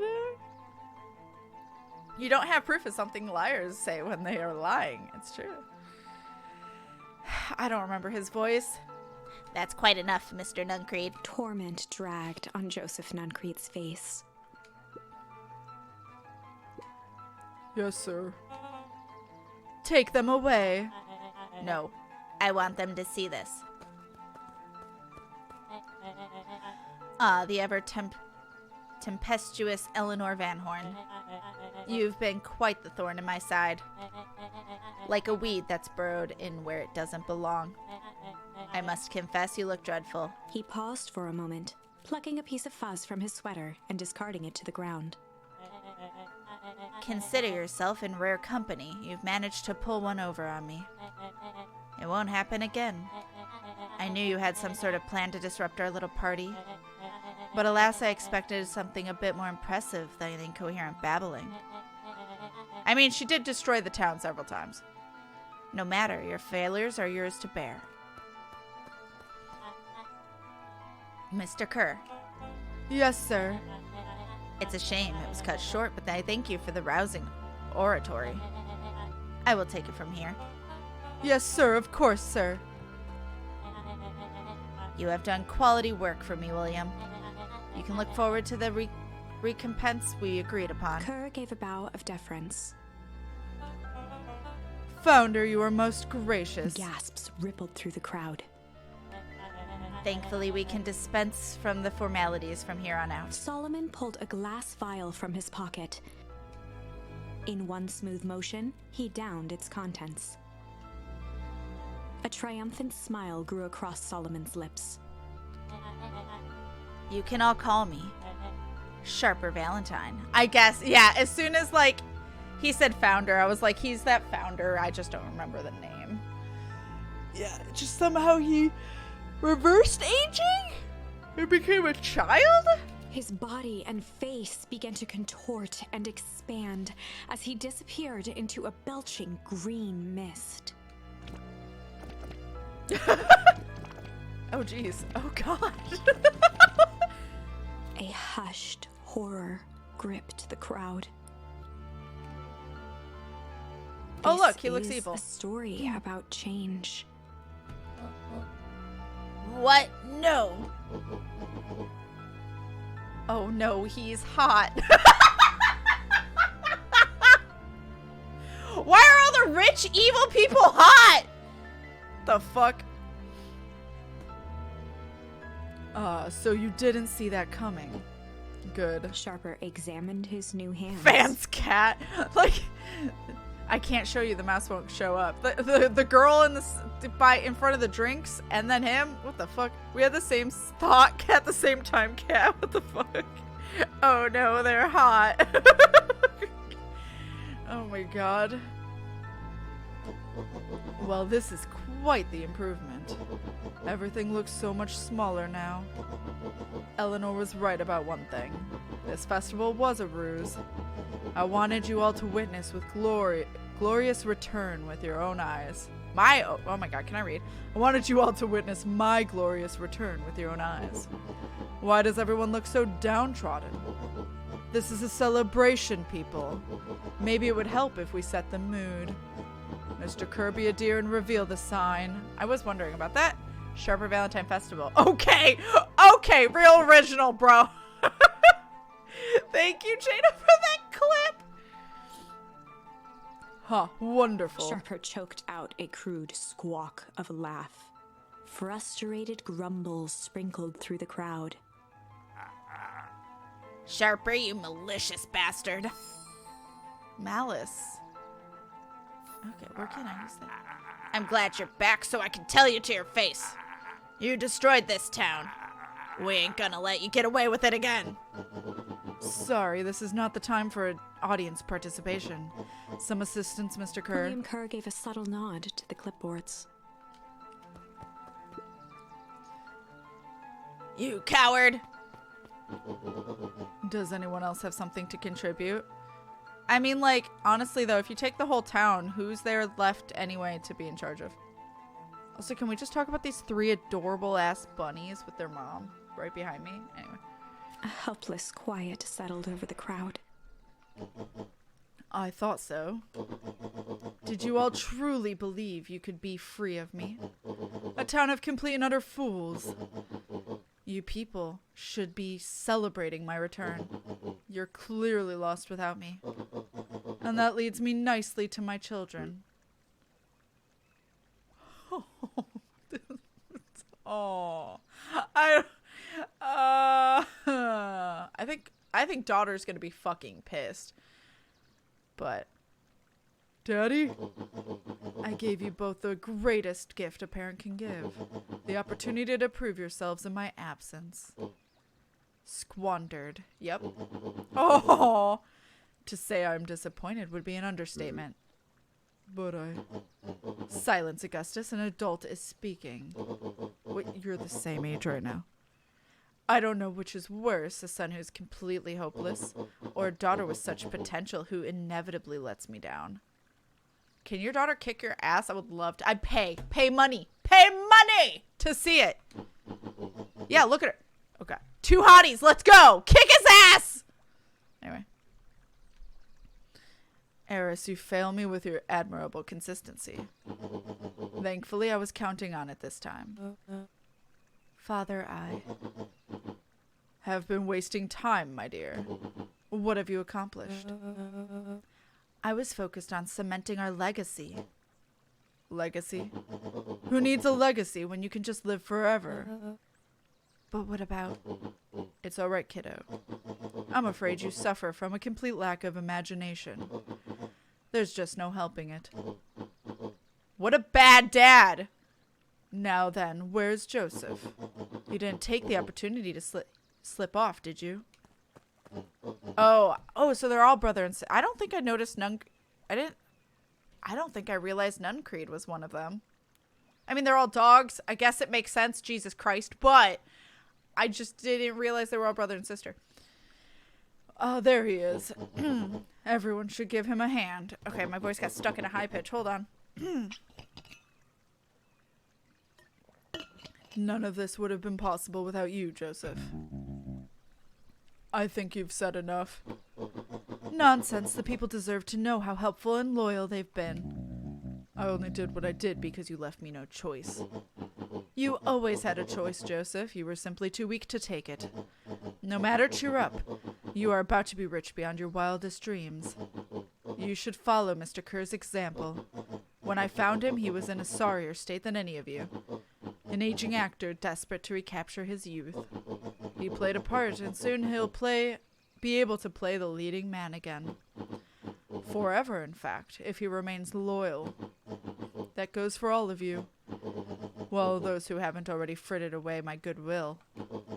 Beacon Pines is mine again, and I'm willing to share its spoils in exchange for absolute loyalty. Are you saying William Kerr was never in charge of perennial harvest? Ha.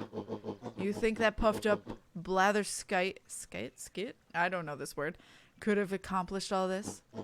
Dawn, I suppose it's time for your big exclusive. Sharper addressed the crowd with indignant pride.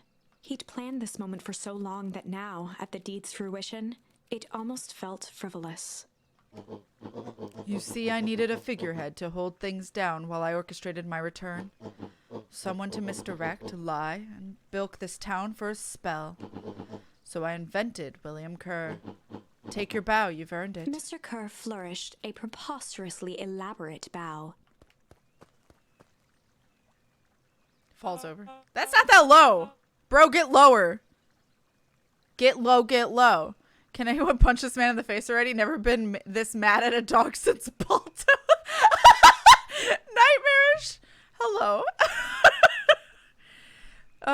The pet terms are extra off-putting. Pun fully intended. Yeah, fair. Oh, look, a rich guy with a god complex. How original. I mean, yeah, but a person who talks at great length without making much sense. That's amazing. Patrick C. Montesquieu, thespian extraordinaire at your service. Founder, I just want to thank you again for this opportunity. It truly was the role of a lifetime. Wait, so this Bill Kerr was a Pat C this whole time? What? Now that your secret is out in the open, what's to stop this town from rising up against you? Oh, that's the delicious part. Fear. Thanks to our clipboards, I know each and every person in this town. What each and every person in this town fears most. And I will make those fears manifest for anyone who steps out of line. What, like spiders? What's your plan here? The choice is simple. I'm not afraid of you! Ha, the young hero. I've kept a keen eye on you, boy. You and your friends made a habit of disrupting my plans. What a pity if things would have gone a bit differently. You might have had your moment of triumph. But that's fate for you. You can't do this! Oh, but I can. I have one. Never underestimate what a great man can do given time. And now time is my plaything. Don't call it a plaything. Perhaps the most expensive thing I've ever bought. But well worth it. Ha. Sharper coughed up one final laugh and cracked his knuckles. Enough chit-chat. Let's get to work, shall we? And so, lurking, but he was Sharper pissing set me off, about fair. Making the town in his own image. The fertilizer factory soon reopened for business. That was a plot twist I did not fucking see coming, though. Sales rose steadily. That's fun. As more and more farmers across the countryside began to swear by its miraculous properties. Beacon Pines became famous. A secretive town that, for the right price, shared its gifts with all. I'm kind of shocked that I saw the aging liquid, knew Gran was dead, and somehow did not ever make the leap that our mom was Gran. Damn it! Gifts that became more and more necessary in a world where winter... The end. Oop, where winters grew longer and longer. My bad. This is wrong, but things are becoming clearer now. You can feel it, right? We can't let Sharper win. He might just be the key to this whole thing. Let's see. We only have one additional word, so. Yeah, where is it? Oh, thank God it's not the beginning. It's probably this. Yeah, so we can continue up that middle route. Yeah. All right. Oops. Malice! There was a malice lurking behind those eyes instead of a shame, so we don't go with him anymore? There was a malice lurking behind those eyes, like a trap ready to spring. Luca felt the weight of Nuncreed's hand on his shoulder. Something wasn't right. He didn't know why, but something was telling Luca to get out of there. I just want this to all be over. Of course. I'm sure we'll all work out soon enough. I should get going. I told Roxy I'd check for Rolo at the treehouse. Luca twisted free of Nuncreed's grasp. Of course. Yeah, get fucked. Luca, you know your dad and I were good friends back in the day. You can come to me with anything. Don't abuse that trust. Fuck you! Anything at all. Fuck you. I'm out. Bye. I hate your face. Oops, wrong. I keep wanting to, like, sprint. Winter's growing longer and longer because they keep using the liquid. That would make sense. Like, it's just overall everything's getting colder. Bitches. Look at these two bitches. Who are you?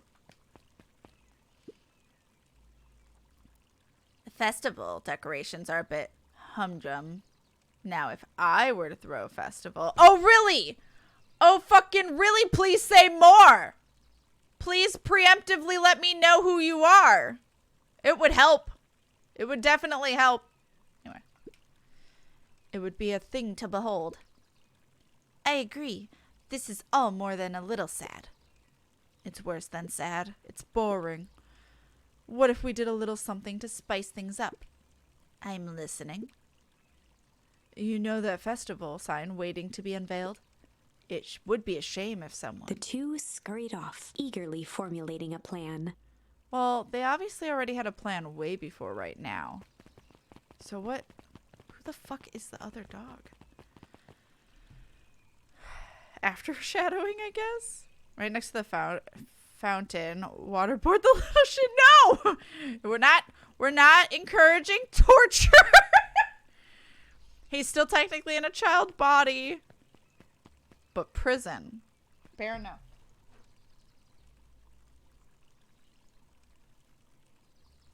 Tali, do you want some food? Or did you need to... She is just aggressively... Okay. She was just aggressively grooming Bear all of a sudden. I hate all the adults in this town. Most of them I do. Not all. I think a lot of them don't know what's going on. Wait! Ma'am, do you have some spoilering for me? He looked down and muttered in a gruff voice. Mama always told me my problems would look smaller once I grew up. But my problems always seemed to grow right along with me. Heavens, I sense big trouble ahead. Wow, that's mood. Alright.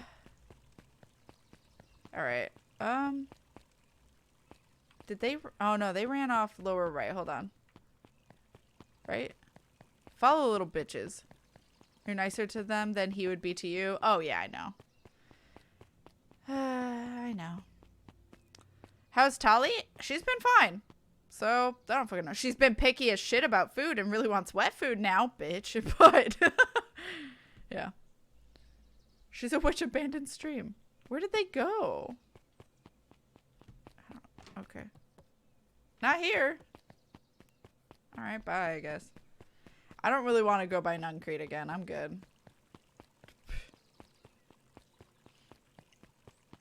What's my plan? Where am I going? Oh. Identify yourself, please. Nellie Modwell. I work here now. I'm unable to locate you on our staff roll. Oh, I don't officially start until tomorrow. Mr. Kerr said I could come in early tonight to get a few things done. Hold, please. Clearance authorized. Thank you. I don't really remember her voice, though. Our harvest awaits. Beck, are your parents evil? I must know. So it was from Bear's ear meds? That's what I'm hoping. It sure seems like it, though, doesn't it? Can I pull this? Okay, no. I'm supposed to go to the treehouse.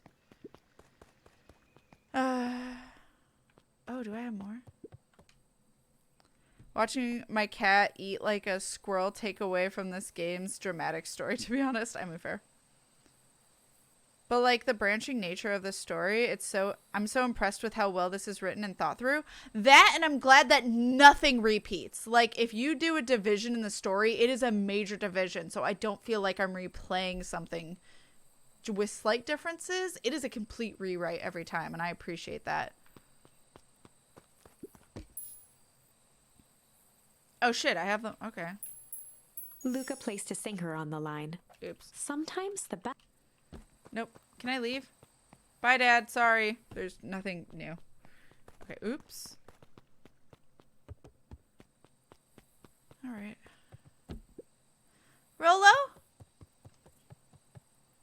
He aired a long holler into the woods. Rolo! Rolo, wherever you are, I hope you're okay. Luca felt his eyes getting heavy and plopped into the beanbag. He conceded to its lumpy embrace. Okay. Once again, Luca found himself in a vast black expanse. This time, he knew exactly where to go. He took a single confident step forward. The world flickered and pulsed. He found himself standing in front of the frigid air of a blazing campfire, the source. He plopped down cross-legged and gazed into the cold flame, waiting. Soon enough, the fire began to die out, popping sporadically, until all that was left was a single ember. Luca stood up and dusted himself off. He plucked the glowing ember from the cold ash, examined it, and slid it into his pocket, a keepsake. The voice of his father spoke behind him. "You made me proud, Buckaroo." Luca turned to face him. "Dad, what is this place?" A warm grin grew across his father's face.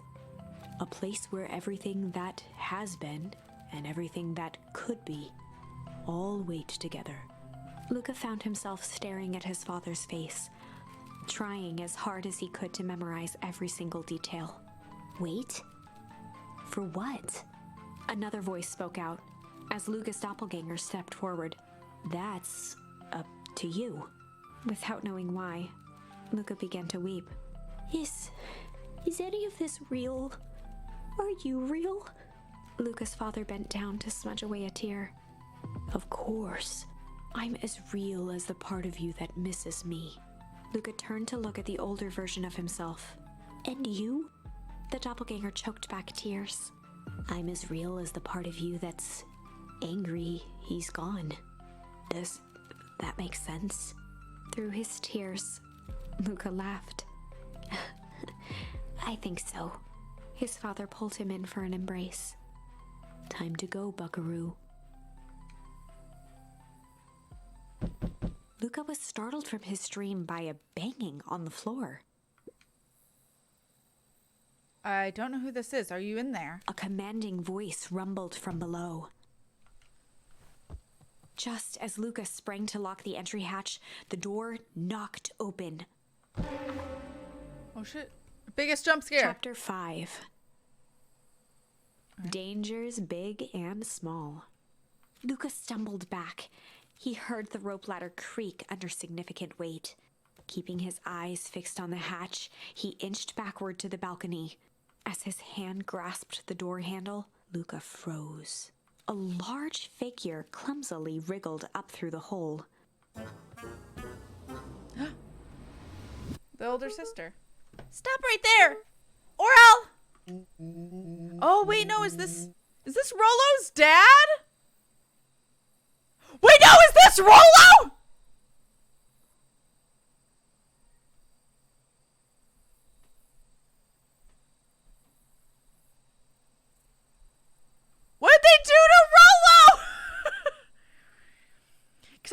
say, he looks identical to Rolo.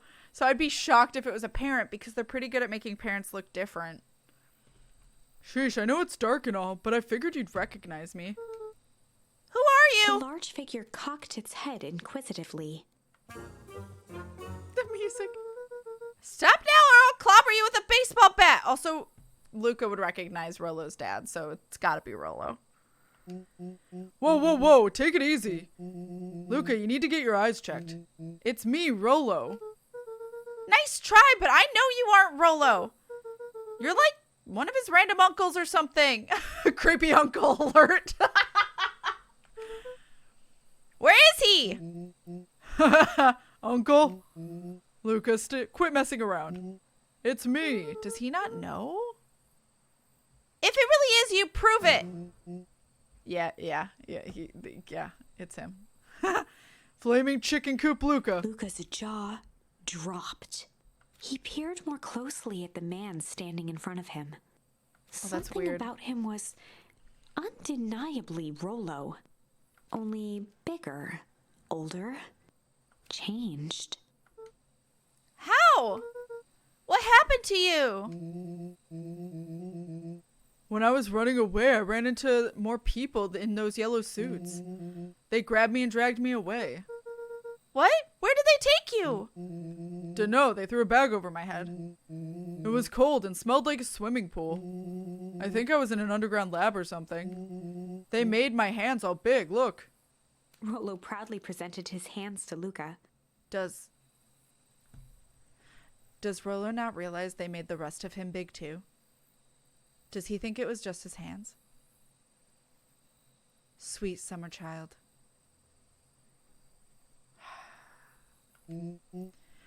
Pretty sweet, right? I mean, it wouldn't be my first pick for a superpower, but beggars can't be choosers. Rolo, it wasn't just your hands. My feet too? God damn it. Dang, Pa just made me new shoes. Wait, Luca, why are you so small? Luca moved to the side and pointed Rolo to his reflection in the balcony window. What the? His hands shot up to his face. Holy Toledo!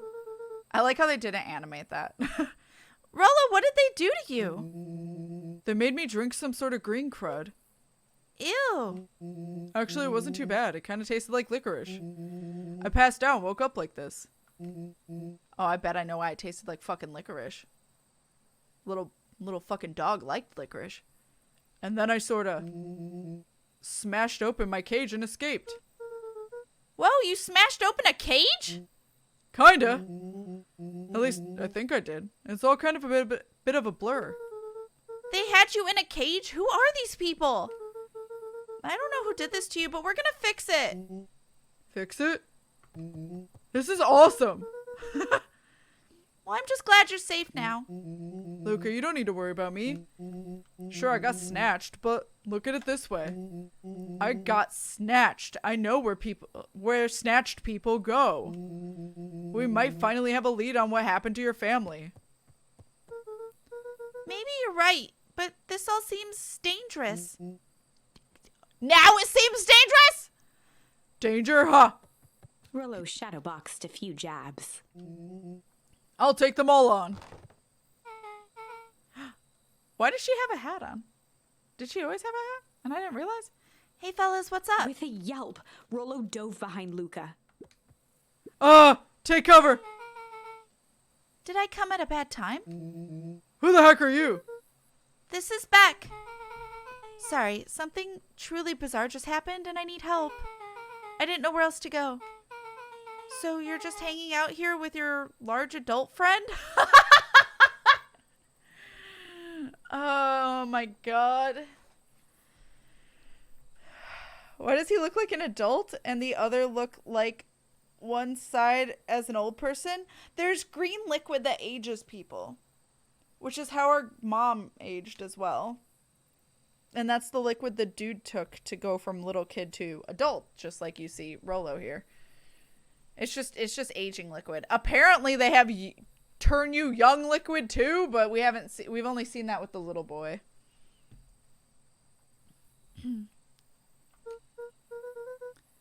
Oh, the little boy? We pushed him into the liquid, so half of his body got it. Rip.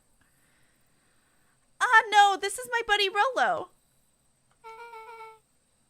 This is your missing friend? One and the same. He seems a little old. I'll have you know, this is a recent development. What the heck does that mean? Oh, I'm sorry. You're the one who just showed up out of nowhere. So we'll be asking the questions here. That's fair. How did you find us? Your silly little treehouse? I think you mean our silly little mission control. I hate to break it to you, but your secret path isn't so secret. We literally have signs. And I could hear your racket from a mile away.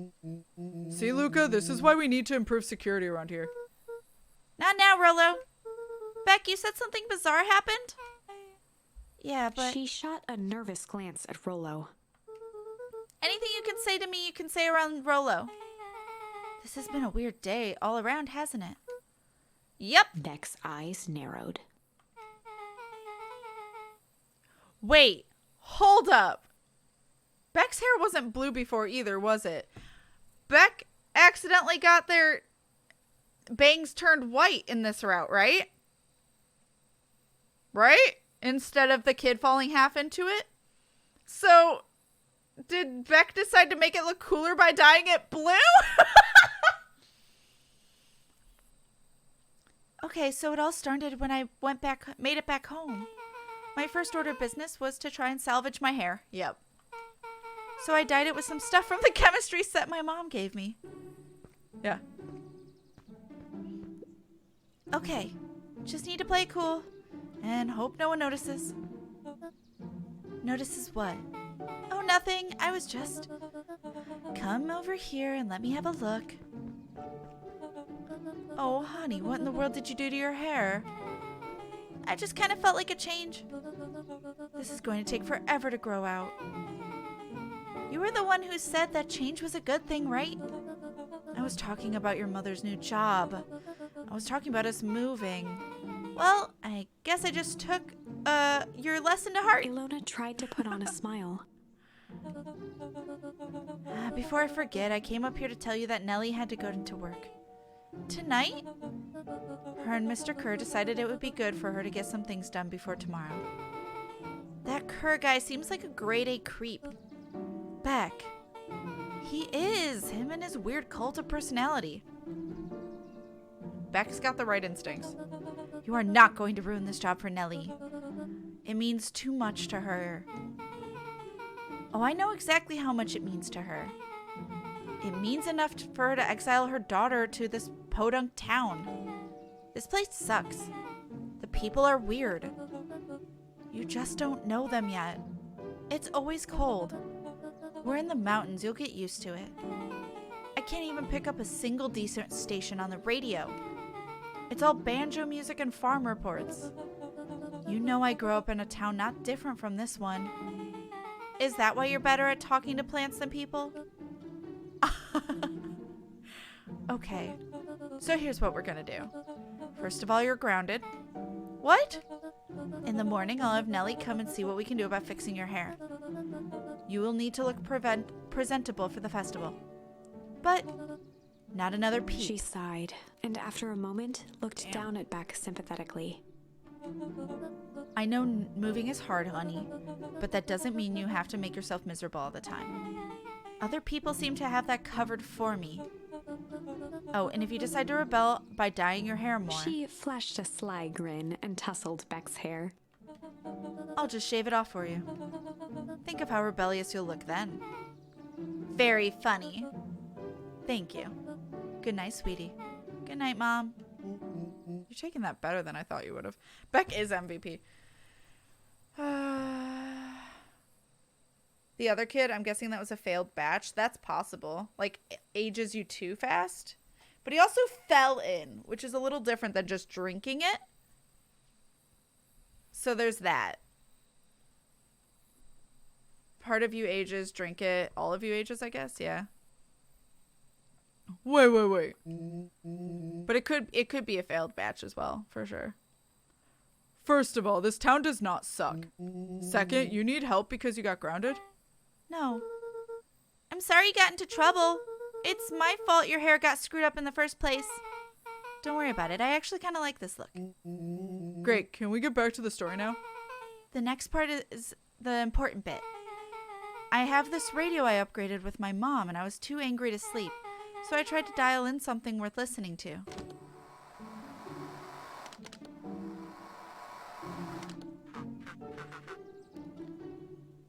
Mr. Kerr, are you there? Who is this? Mr. Kerr? Yes, I'm busy. What is it? Apologies, I have the founder on the line. Patch him through immediately. One moment. Excuse me. Hello, sir. It's so nice to hear from you. Skip the pleasantries. What's your report on our new lead researcher of deep engineering? Nellie Modwell seems to be integrating nicely. At this very moment, she's working to help us meet our deadline. She offered to work overtime before I even had a chance to suggest it. Excellent. And you have the faith that she's capable of finishing the work left by her predecessor? Her work must be complete before the festival. I will make sure she stays day and night until it's accomplished. Good. You know how I feel about loose ends? Yes, sir. Once she's finished the work, we need to make a determination regarding her long-term prospects in the company. Immediately, sir? I usually have more time to fully bring people into the fold. We are in the endgame, Bill. After your failures with Dr. Prescott. Who's Prescott again? I can't afford to take any risks. Of course, sir. No loose ends, sir. Once she finishes the work, she will either leave the office completely committed to perennial harvest, or she won't leave at all. Perfect. Sir, if I might suggest, maybe we should delay just for a bit. Oh? It's just we seem to be rushing to hit this festival deadline, and rushing into things has caused some issues in the past. I see. Please understand that I just want what's best for you. I'm eternally grateful for all that you've done for me. Bill, I'll make this very clear for you. I'm assuming he's still small boy body right now. I brought you in to make things run smoothly, not to have opinions. Of course, sir. Chin up, Bill. You are only a few days away from having everything you've ever dreamed of. Yes, sir. Thank you, sir. I made his voice a little too deep there, but... Whoa! Yeah. Just so we're clear, when they say loose ends, they were talking about murder, right? Like actually killing someone. Capital murder. Luca gave Rollo a quick elbow to the ribs. Who is this founder? I was hoping you guys would know. Now, as far as we know, Kerr's the top banana at perennial harvest. Banana! He sounded scared of this founder guy. So we have an even topper banana on the field. What the hell is my mom caught up in? Has she talked about the job much? Not really. She said she was going to come in and continue the work of someone she respected. Luca, do you think that body at the warehouse was... The person Beck's mom came to replace?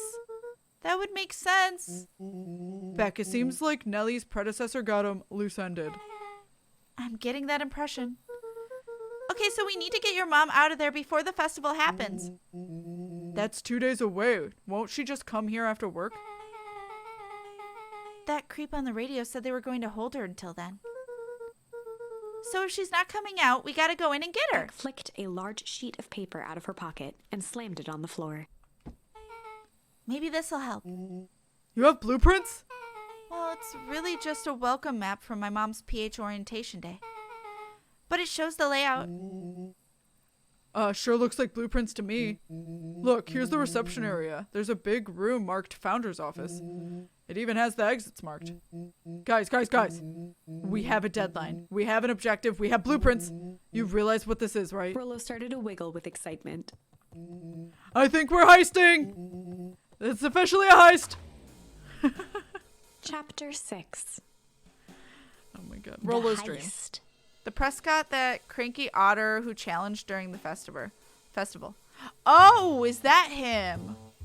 Wait, what did they do to him again? Fuck. Did they make him old? I don't remember. They spent the night's end huddled Shit. around that small map, formulating a plan to infiltrate the headquarters of Perennial Harvest. It would be no small feat. A modern facility equipped with all manner of technology, not to mention the swarm of clipboards that would most certainly be scattered throughout. By the time the sun began to peek through the car window used as a makeshift balcony door, all were in agreement. This could just work. The final day before the festival would be used to prepare. I'm guessing, I'm not certain. No, you might be right. I just am trying to remember everything. They'd need to pool every resource at their disposal, pull every favor with a thread. Even enlist some unsavory characters around town with important tasks only they were suited for. Luckily, there was enough ill will and mistrust toward Perennial Harvest that alliances could be found at a bargain. Luca, Beck, and Rollo rubbed their eyes as they exited the treehouse. They hadn't slept at all that night. There was no time. The festival was to begin in one day, and they each had their assignments. All right, quick recap. Rollo, you're gonna talk to Roxy. Cordially. Without her in fits, this whole thing could go bust. Me? Cordially is my middle name. Cordial. Uh-huh. And how do you plan to explain your He new waved vaguely at Rollo's sizable figure. circumstance? Bah, she'll be so happy I'm alive she won't even notice. Beck snorted an involuntary giggle. Look at Beck's grin. I fucking love it. Okay. And Beck, you're sure Ilona won't just shoot this whole thing down when she hears it? She'll listen. Once she understands the danger Nellie is in, the danger we're all in, the plan will make sense. Okay, that leaves me with Jeff, then Iggy. How are you gonna persuade them? I'll think of They something. each looked at each other with sleepy confidence and nodded. Well, Godspeed. Hi, Mako. Hello, Mako Alexander. How you doing? All right. Iggy and Tish. Iggy and Tish, but I don't remember who Jeff is.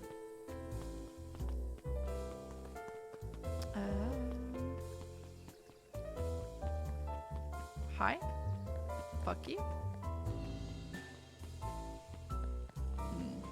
Chat. Who's Jeff again? Ah! Let me do that. Okay.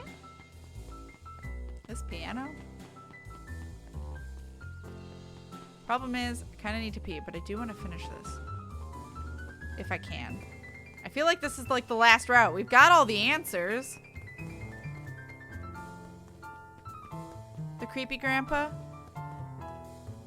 That might be the creepy grandpa. Oh, wait. No.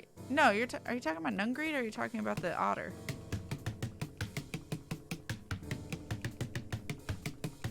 Alright, anyway. Sorry, I had to. Wanted to see if I could get another achievement. Okay. I'm wondering if they made the... Are you Jeff? This is Jeff. Okay. Hey, Jeff. What can I do for you? Do you for? Same thing. Well, I know how much you hate Perennial Harvest. Hate's a strong word. Sorry, I mean... I didn't say it was the wrong word. Gotcha. So we're gonna break into their headquarters, and I thought you might be able to help. Jeff wheezed out a long snicker. What are you buying? Yeah, see, I knew you kids were all right. Great, so you'll The help? joy in Jeff's face drained instantly. Not a chance. But Give me one good reason I should be risking my hide, aiding you, and abetting you, rascals. Looking into the Okay. sullen eyes of his would-be accomplice, Luca blurted out the first word that came to mind. Oh, shit! Well, I have to pee, so chat, let me know which one you want to do. Let me know which one you want to do for him. This is too many routes. Don't like that. Okay, BRB, I gotta pee. So you're gonna see, while you get to see the options, you're gonna see a emotionless VTuber BRB.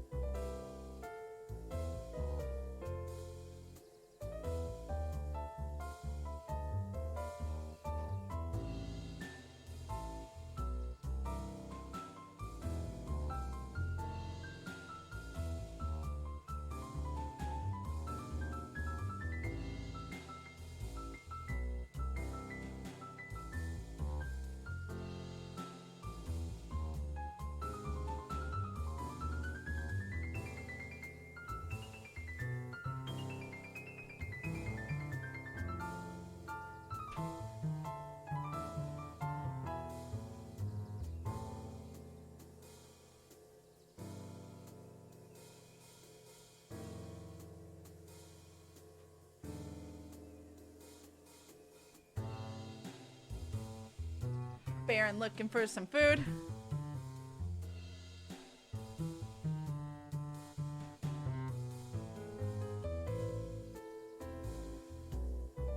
Your first reaction was shit, so should I just go with shit?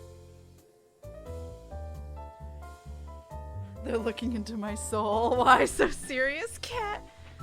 Oh my god. Alright, let's do shit then. We'll see that first and then... Oh my god, too many options. I was hoping to finish it. Alright. Shit!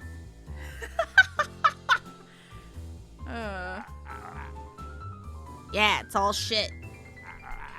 I still ain't helping. Ain't that some shit? Oh.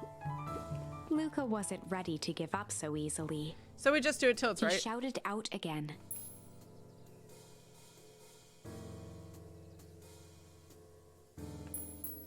I think fight's probably the right word. Fight! I've done enough fighting for one lifetime and more than my share of losing. Time's come to hang up these gloves. God damn it, buddy. Never mind, I'm wrong. Hide. Hide! Jeff's brow perked up. What'd you say? Go ahead and hide then. Sensing some traction, Luca carried on with vigor. Let a bunch of kids do what needs to be done. We're not afraid. Jeff's scowl faded with a sigh. Say what you will about old Jeff, and they all do. But you'll never hear him say I hid from nothing. One good stomp of the foot was all Jeff needed to drive his point home. What was it you kids needed? Some sort of disguise? I've got just the thing. And while we're at it, that crate should come in nicely. Should come in handy. This ain't gonna be free, you know. I'm thinking 5 bags of sour gobs should cover it. Put it on my tab. Luca offered out his open hand to seal the deal. With a firm and dusty grip, Cute. Jeff reciprocated. Done. Swing by first thing in the morning. Alright. We have Jeff's help. No. We gotta find the kids. Tish and Iggy. Oh, found him. He's done with his share of fighting, but he can be goaded into by a kid. Yeah. Oh, trying to interact. There we go.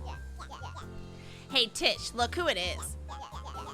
Luca, are you here to try and tickle us to death again? Look, just hear me out. Iggy raised an eyebrow suspiciously. Sorry, here's what Iggy looks like, not half old. We're listening. Iggy, I know we've both been giant bags of shit to each other. Iggy gave a reluctant shrug. You're not wrong. But lately, life has been kinda Strange? strange, you know? Iggy considered the point. Things happen weird around here.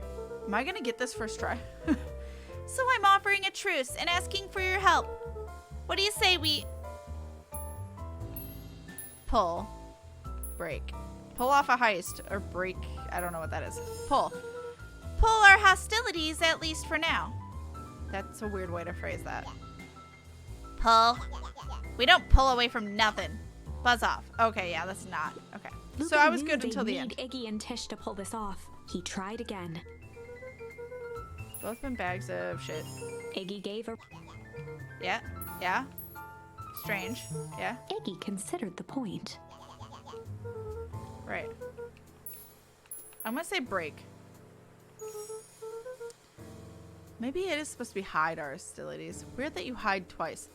Break our hostilities, at least for now. We do like breaking things. Even if truce means less breaking things. What if I told you... Oh, that was what worked. Never mind. What if I told you there was a way to have a truce and break stuff? Go on. I need you to cause a distraction so I can sneak into Perennial Harvest HQ. A wild-eyed grin spread across Iggy's face. My, Luca Van Horn. I'm impressed. After this is all done, maybe you and Tish can come hang out in the treehouse sometime. Iggy glanced over to Tish, who nodded in agreement. Fine. But not because we want to see your crappy treehouse. We just like to cause chaos. With a quick nod, Luca was off. I know you're a good boy in there. Alright, so luckily this is just like, do it until you get it right. Did you hear that, Trish? Iggy gazed up at Tish with a smile. He invited us to hang out at the A treehouse. single tear ran down Tish's cheek. She talks!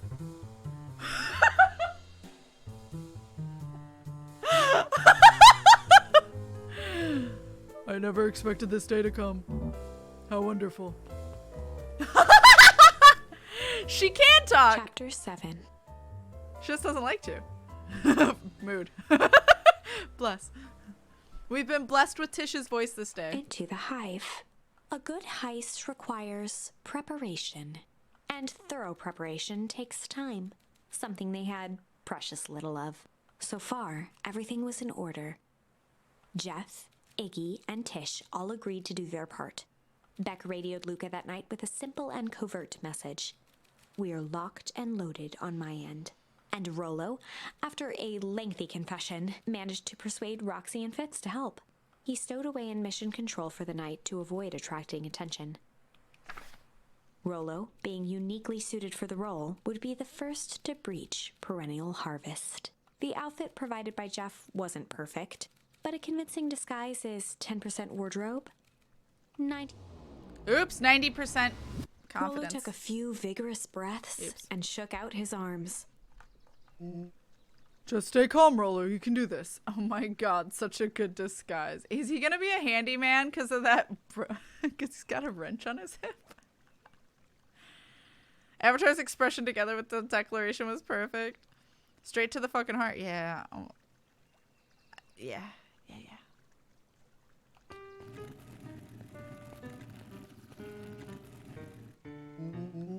Got your delivery here. Delivery.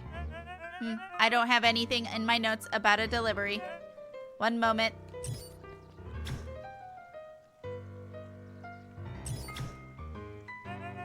I'm so sorry, but there's no scheduled delivery for this morning. Right. He had to think quick. That's because this goes directly to the founder. He asked for it that it be kept secret. Rollo sighed, adjusting his tool belt. You know how the founder can be. That smile. I suppose we can leave this one off the records. Yo, smooth as fuck. Our harvest awaits and such. With a stroke of his mustache, Rollo proceeded into the Perennial Harvest headquarters. Our harvest awaits. Package here for the founder. Oh, I didn't hear anything about. Yeah, this is a need to know kind of thing. I'll just check. He stammered and flipped through the pages of his clipboard. This goes directly to the founder. I don't have time to fill you in. Oh, I see. If you could just complete this form. Rollo interrupted with urgency in his voice. Every time with the forums. Look, if you want to explain to the founder why I'm late, well, that's your funeral. I'm sorry. What did you say your name was again? Rollo panicked. Our harvest awaits! Sir, that's a restricted area. Excuse me, sir. Our harvest awaits! Oh my fucking god. Rollo, I swear. He was very smooth until he wasn't. We spoke too soon. Ready to light this candle, Tish? Yup. Suck on this perennial ham fist.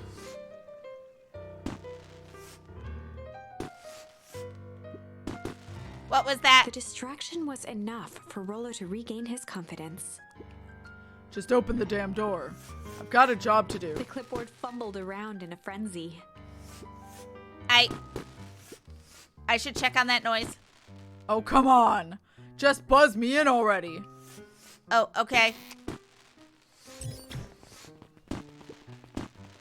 Ha ha ha! That was close. Oh. Smart. Our harvest awaits. Hey, I figure, when in doubt, stick with the classics. Well, that was a close one. But you pulled it off. Nice work, Rolo. All right, everyone knows what to do? Yep. Deep engineering is to the north. I'll go with Beck, in case she needs some muscle. I'll head to the east, to the founder's office. You two be safe. Okay. Well, I came from that door, so I'm assuming I need to go this way. Okay. Oh, I hate this. This has a mat. Solomon? Solomon stopped in his tracks. You. Oh, this is awkward. Luca, what are you doing here? It's a long story. Are you okay? A veneer of confusion flashed across Solomon's face. His words rushed out dramatically. No, I am most certainly not okay. Some strange people grabbed me and... Were they in hazmat suits? Yes, how did you know? Wow, he's covering his tracks good. They brought me here and locked me up. And when they were distracted, I ran. Dang. Okay, you should stick with me. We've got a plan. No! Solomon's facade briefly faltered. We? Yeah, Rolo and Beck are headed to deep engineering. Thank heavens you found me. We've got to get out of here. We can't just leave yet. Is that the game I'm hearing? Yes. Wow. Okay, there's just like a weird noise. Only in my left ear. But they'll catch us again. I've got to do something first. When you were running, did you happen to see a door marked Founder? Founder? Why are you looking for him? I'm not. I just need to get into that office. Now that you mention it, I do think I saw a door that said Founder. It was just down this way. Luca happened to notice a plaque above the door. Office of the Founder. Knocking comes with consequence. Oh, here he is. Here it is. Stop giving away info, Luca. I know, I'm dying. So it is. It's pretty lucky I ran into you or else I might have missed it. Truly fortunate. Luca tried the handle. Locked. Solomon leaned forward to examine the mechanism. Regrettably, it seems to be some sort of electric lock. I don't see how we could possibly defeat a lock like that. Luca smiled and looked at his watch. Let's just wait a minute. Did she get her mom to help? Is that who Beck was trying to get to help? Way to go, Mom! I don't know what sort of funny business you're up to, but I like it. She mimed a quick hat tip and ambled off with a whistle.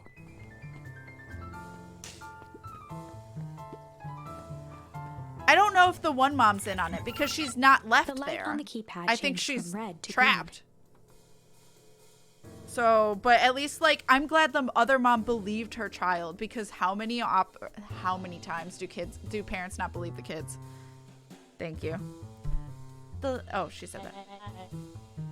How did you do that? It's good to have friends. Quick, let's get inside before someone spots us. We're throwing him off though. Let's go. Luca switched on his walkie-talkie. Rolo, I'm in. As expected, there's a control panel. Great timing. Wait, they can hear through this, can't they? We're stuck at a locked door marked 24601. Need you to get us through. What if someone catches us? We should get out of here. I'm not leaving my friend Solomon. On the computer screen, a green cursor blinked in a password field. Surely you don't have a way to get around the password. Luca pecked out his best guess. Underground secrets. Because y'all morons. The screen blinked to life. Columns of green numbers glowed on a black background. How did you just guess that? Oh, it's this absurd password Rolo heard when he was down here before. It's funny how someone arrogant enough to call themselves the founder uses such a basic password. Get fucked. Or they were thinking several moves ahead and not expecting someone to guess something so simple. These Board gamer! Solid Les Miserables reference there? Oh, I don't know. I don't know the musical. Also, Board Gamer, thank you so much for 41 months of support. That is so many months. Thank you for that continued support. You precious cinnamon. Rich peeps with a god complex are pretty dumb at the end of the day. Most of the time, yeah. The shocked Pikachu. Parents believing their child is a 0 and 10% chance, right? These villain types are always end up outsmarting themselves. Solomon's jaw clenched into a half smile. Your powers of deduction are as impressive as your luck. Luca quickly scanned the columns for number 24601. Rolo, I think this should do it. Bingo bango, doors open. Luca, you never fail to impress. What is that slippery lout even doing down there? We have a friend whose mom is in trouble, so we're going to get her out. I see. Oh, okay, Luca, I think we're close. The next door is marked 13806. Once again, Luca scrutinized the numbers on the screen. In that moment of distraction, Solomon reached forward and pressed a large red button. Shit. Maybe this one opens the lock.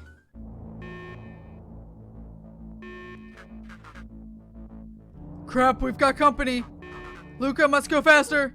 1 sec. I can't think without this noise. He quickly skimmed the screen with his finger. Here it is, 13806. Go, go, go, go. Curse these fumbling hands. My apologies, Luca. Don't beat yourself up. I know you were just trying to help. Luca, I love you, but you're an idiot. Oh. Oh man, no water cups. Rolo! I thought he was gonna use it to like hit them or something, but nope. Rolo, are you okay? Rolo, come in. Mr. Kerr approached with a sneer and spoke into his walkie-talkie. You can turn off the alarms, they're trapped. Self-satisfaction, he called into the hallway. That, my dears, is a dead end. Nowhere to run. Rolo, where are you? Rolo, are you okay? Yeah, I think we lost him. Making our way back to Nellie's office. Oh, shit. Yo, let's go. Distraction. Okay, you two rabble-rousers, you're coming with us. Nope. Get fucked! Make a break for it. Did that little shit just kick me? She ain't so little. Don't just stand there after them. How's that career going with a busted knee, bro? Okay, I think that worked. Roxy and Fitz have them on a wild goose chase. I am having trouble following what just happened. Like I said, it's good to have friends. Rolo, how long do you think Roxy can distract them? How long can Roxy keep someone so pissed off they can't see straight? Let's just say we've got time. Entering Nellie's office now. Mom! Oh, honey, what did you do to your hair? I thought you'd be happy. I finally used the young chemist's lab kit. You sure have a knack for making me incredibly proud in the most frustrating ways. Mood. We need to get you out of here. We? Who is your adult friend? Oh. Oh, I'm not an adult. Ever heard of a growth spurt? I had more growth. I had more of a growth spew. No, that's not possible. Nellie leaned over to examine his teeth. Oh. Substantial banding on the enamel of the molars consists with tempest liquamine exposure. Is that what you call the gunk they forced me to drink? You drank it? Oh no. They told me it was only being tested on plants. Oh, Beck, sweetie, I promise I didn't know. Mom, what the hell is going on in this place? I was brought here to work on the discovery of a lifetime. A novel chemical compound was discovered under Beacon Pines in a wellspring they call the Source. They named it Tempest Liquamine. It pulls energy from its surroundings in order to fundamentally alter matter's relationship to time. It was the secret to Valentine's fertilizer. They harvested the Source, infused small amounts of Tempest Liquamine into the product. It worked wonders, drastically accelerating plant growth. Crops would be ready to harvest in a fraction of the time. But it led to complications. The foul harvest. Perennial harvest came to clean up the mess to succeed where Valentine failed. But Tempest Liquamine is rebellious. Rebellious? You can think of it as a manifestation of change itself. It's volatile by its very nature. So the more you try to force it to do a specific thing, the more it resists, yes. I can relate to that. My role was to finish the work of my predecessor, Mr. Prescott, or Dr. Prescott, harnessing Tempest Liquamine to reliably manipulate an organism's age. Just imagine how many people we could feed. Mr. Kerr was very insistent that we could achieve successful result before today's festival. But you didn't, right? Nellie sighed. You know how much I love a good puzzle. I poured myself into the problem. It wasn't long until I discovered oddities in Dr. Prescott's notes. Oddities? God, her voice is hurting my throat, surprisingly.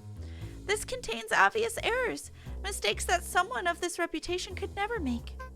So I fixed them and... Oh, now I get to replace my entire wardrobe. I really am truly sorry. Meh, those clothes were all hand-me-downs anyway. It sounds like Dr. Prescott figured it out, got cold feet, and intentionally sabotaged his own work. I had considered that possibility. I've sent a letter asking him to clarify his thinking. Mom, Dr. Prescott is dead. Kerr had him killed. What? I overheard them talking about it on the radio. It's why we got to get you out of here. I just... Like now. Wait, and the vial! I finally solved the chemical equation allowing direct control of aging. Mr. Kerr picked it up just before you came. All the more reason we gotta hightail it. Luca, we've got Dr. Modewell. Heading your way now. Roger that. Be careful. Alright, everything's on track. And what's your plan for escape? We'll go over everything when they get here. In the meantime, maybe we can dig up some more info. Malice 80 proof whiskey. A hard drink for a hard man. What kind of hard we talking about? Anyway, sorry. Inappropriate. So Prescott is the guy they loose-ended. Yeah, that was the dead body in the dumpster. Now just spew out riddles, yeah. Full Bella Yeah, at least Luca wasn't giving that stuff away. I'll fucking take it. Wow, even the alcohol is arrogant. Solomon muttered inaudibly. I should just smother you right now. Damn. What's that? I said I shouldn't bother you right now. Don't be silly. You're no bother at all. Luca, you precious, precious cinnamon roll. Luca tugged on each of the cabinets. Dang, this must be the good stuff. They're all locked. Perhaps he's not so careless as you suspected. Someone's defensive. A little defensive, bro. Why are you so defensive? It looks like the founder was keeping Kerr plan the festival. Oh, helping Kerr plan the festival. Why would such a secretive leader be obsessed with a party? Only time will tell. Luca held his hand up to the ashtray. Still warm. He must have been in here recently. Yeah, you think? It's this fucker right here. We got one more to this. Let's see what else this bad boy has on it. Security system, time card logs, payroll. You know, for being so evil, this guy sure is boring. Solomon once again muttered under his breath. Just you wait. Huh? Oh, nothing. Okay, Solomon's the only one we can talk to now. Dude's smoking in a child's body. I know. You talk about aging yourself. Having to sit there fuming as things fall apart without being able to show it is giving me life. It's karma at its finest, chat. Was there something that popped up? No. Must annoy the F out of him getting outplayed by, how old was Luca again? I don't remember, but they are children. I'm really sorry you got dragged into this mess, Solomon. You needn't worry about me. Well, I feel bad either way. We're gonna get you out of this, I promise. With a subtle, quivering lip, a smile crawled across Solomon's face. They heard the trampling of frantic footsteps from the hallway. Hi. Does she know? Lock it, lock it, lock it. Locked. That was close. When we left Nellie's office, it was swarming with clipboards. We barely got away. Did they follow you? Yes. Rolo. Before we start tossing blame around. It is possible someone ordered a pizza. We'd love to hear your thoughts. Definitely not pizza. What now? Don't look at me. I'm officially retiring from the heisting business. We're so sorry for the inconvenience. We just have a few quick questions. Just let me think. Can someone watch the door? Of course. Don't let them. No. Everyone else huddle up. Oops. What a shock.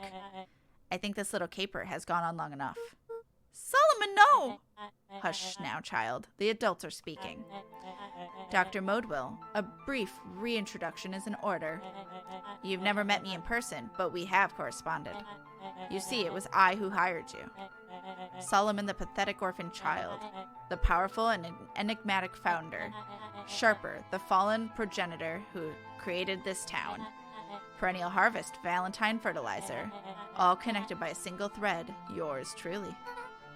But that's... Her eyes searched the floor in thought. Solomon watched eagerly, waiting for the flicker of epiphany. With a sickened look, she peered into his soul. Ah, yes, now you've got it. Tempest Liquamine, you discovered how to reverse the process? Solomon clapped with genuine delight. Very good, Dr. Modwell. Very good.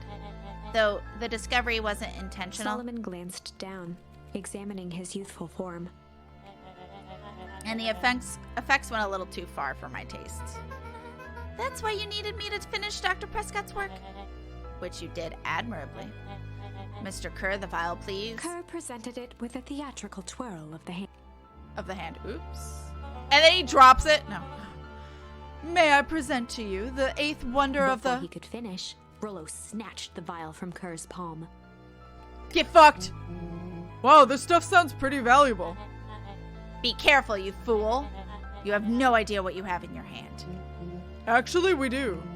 You just did a whole evil villain monologue thing about it. Rollo casually tossed the vial to Luca.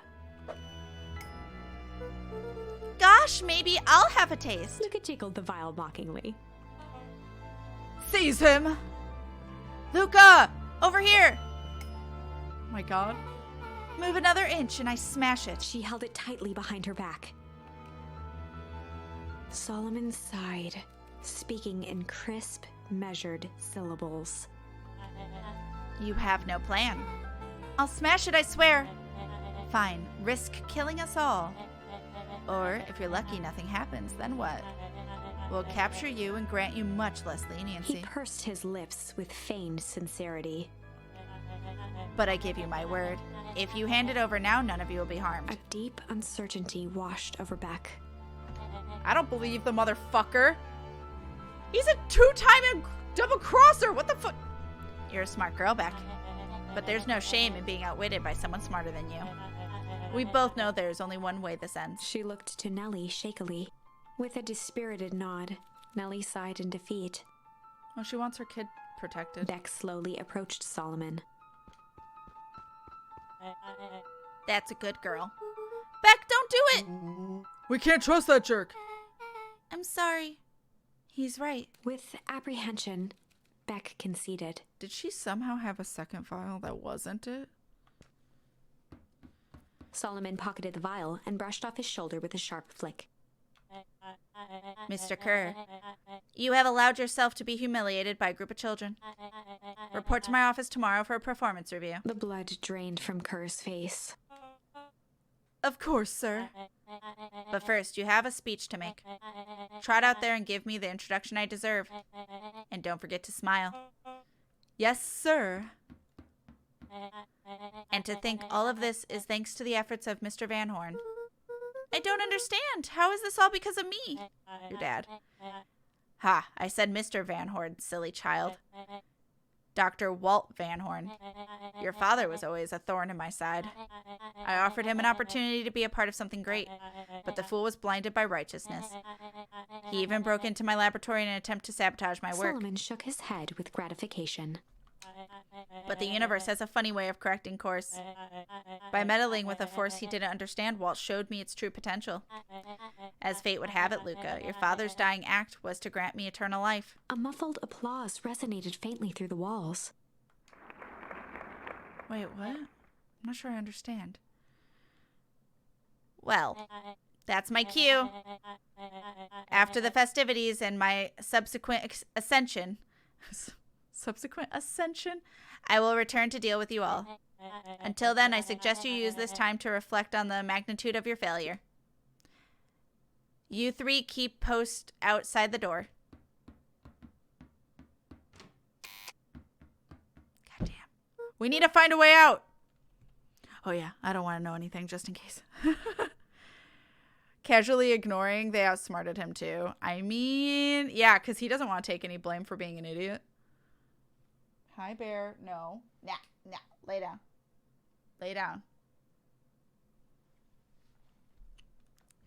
Well, crap! Can't believe Beck sold us out like that. I'm not sure she had any other choice. So what now? What's the plan? I don't have one. Of course you do. You always have a plan. Rollo, You just need some time. Rollo, it's over. We lost. No, we didn't. I refuse. There's literally no other route, so like, it's gotta be it. It is. Nellie was staring at the floor, deep in thought. Sorry, Luca. Give me a minute to calm my mind. Okay. Hey. I'm sorry, Luca. I did what I had to do. I know, it's just we were so close.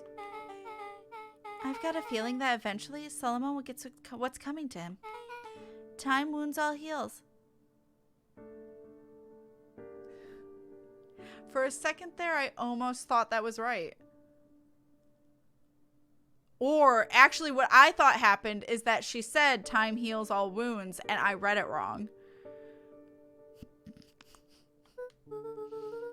Well, time seems like less of an issue for him now. Luca, there's something you should know. After Mr. Kerr locked me in that office, I had nothing but time and curiosity. I poked around a bit hoping to find means of an escape, but I found something else. A note hidden in a false drawer. What sort of note? Dr. Prescott must have sensed his time at Perennial Harvest was growing short, so he left behind a letter with the hope that it would be found by his successor. It was a confession of sorts. He left it for me, but its contents... Luca, I think they were meant for you. Why? What? What did it say? It was about an incident with your mother. Dr. Prescott found her in his lab with a stolen key card. There was an accident. She had been exposed to the extreme amounts of Tempest liquamine. The color dropped from Luca's face. She survived. Dr. Prescott decided to help her recover. He no longer trusted Perennial Harvest, so he kept her whereabouts a secret. Over time, your mother led him to reconsider the purpose of scientific discovery. Science is often at the vanguard of change, but that doesn't mean it's always right. He realized that no one should have control over something as powerful as time itself. Time itself! I now believe that's why he began to intentionally sabotage his own work. And it cost him his life. That's a reasonable conclusion. Luca was overwhelmed with emotion. but if she's alive, where's she been? Where is she now? I know. A sudden explosion sounded from the hull. Uh-oh. Chapter 8. Comeuppance. We aren't there to stop our grandma, or our mom, I guess now. Ears but... still ringing, Gran picked herself up off the ground. Through the dust and smoke, she looked over to see Mrs. Fratelli helping Hiram Tolliver to his feet. Oh, this is in the past still. She'd had to beg, borrow, and steal to acquire those explosives. How many nights had she spent visualizing how she'd use them to make things right? And now, her one shot at destroying the source, that damned hole that swallowed so much of her life, was gone. Traded for this jagged hole in a wall and a foolhardy shot at rescuing Rollo. With Fratelli and Tolliver at her side, she stepped through. It was a strange feeling. The last time she'd stalked this maze of hallways, it was in a different body. They quickly rounded a corner to find a group of clipboards guarding a door. Something worth guarding is probably something worth seeing. She leapt forward, brandishing her cane. If her last chance at vengeance for things lost was truly gone, she would just have to fight to keep what she still had. Aww. Good! Yeah, she's ready to hit people with her cane. Let's go! Gran, what are you doing here? Luca, what are you doing here? We're here to save Nellie. We're here to save Rollo. Hey, Miss Lucas Gran. That's awful nice of you, but I'm fine. Oh no, what did they... Gran, there's no time to explain. We have to go now. Come on, everyone. We've got a party to crash. They made their way out from deep within Perennial Harvest, just as Solomon finished up his speech. Oh my god, okay. Thankfully, we can dispense with the formalities from here on out. Solomon pulled a glass vial from his pocket. We've got to stop him! In one smooth motion, he downed its contents. Too late. A triumphant smile grew across Solomon's lips. No! Well, I guess that's it. We lost. I wouldn't be so sure about that. She did do something! Where did she get a second vial to replace it? Never mind. I don't even want to hypothesize what's filled with. With a mischievous look, Beck elbowed Luca.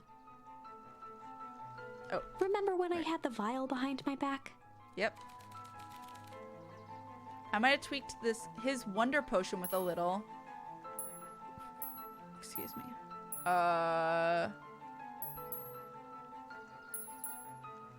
With a little junk or change would work. I'm gonna say junk.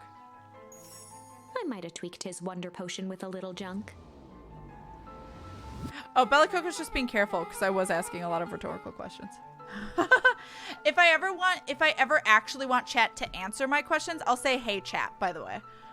So usually I go, hey chat, what do I do? Or hey chat, like, what do you think's next? Or what do you think I do next? If I don't say hey chat, it's all rhetorical. Can't wait to see the look on his face when he realizes he drank his own cigar ash. Ew. How did the ashes get in the vial? It was pretty easy to mess with the vial when it was behind my back. Oh, that's sneaky. Well, it's a bad habit anyways. Pa always says bad habits are like 50-yard field goals. Huh? Hard to kick. Roll it. It's a fucking Luca's face. Gold. You can call me Sharper Valentine. His body and face began to contort and expand as he disappeared into a belching green mist. Is he gonna not be hot because there's cigar ash? Because that'd be hilarious. Is he just gray?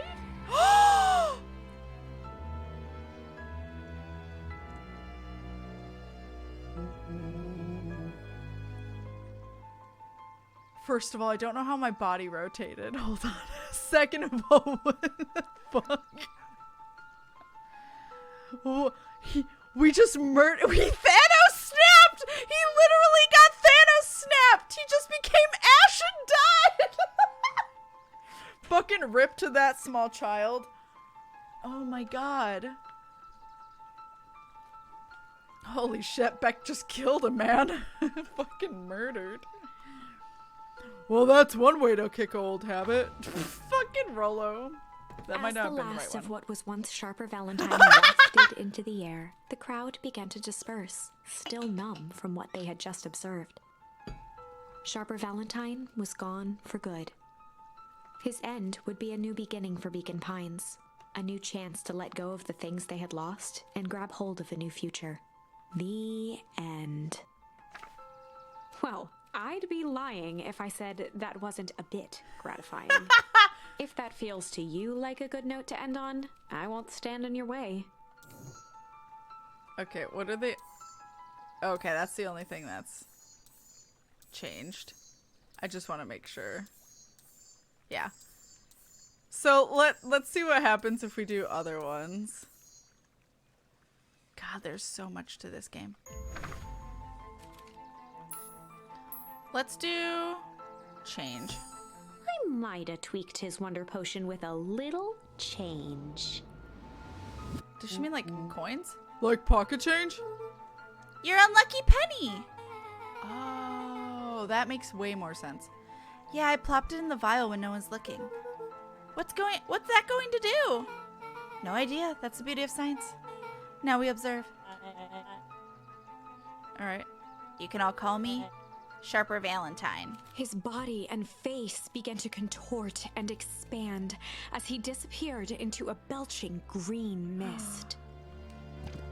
Sorry, I had to bend down to get the food away from Baron, and then my model like fucked up. Is he a baby? Holy crap, he's a baby! Yeah, but he's still Sharper, right? What he was no longer matters. Grumpy baby! This is an innocent child. I apologize for all the harm my father has caused you. Eris awkwardly cradled the squirming child.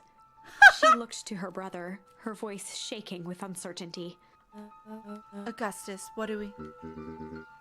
Well, what do we Valentines always do?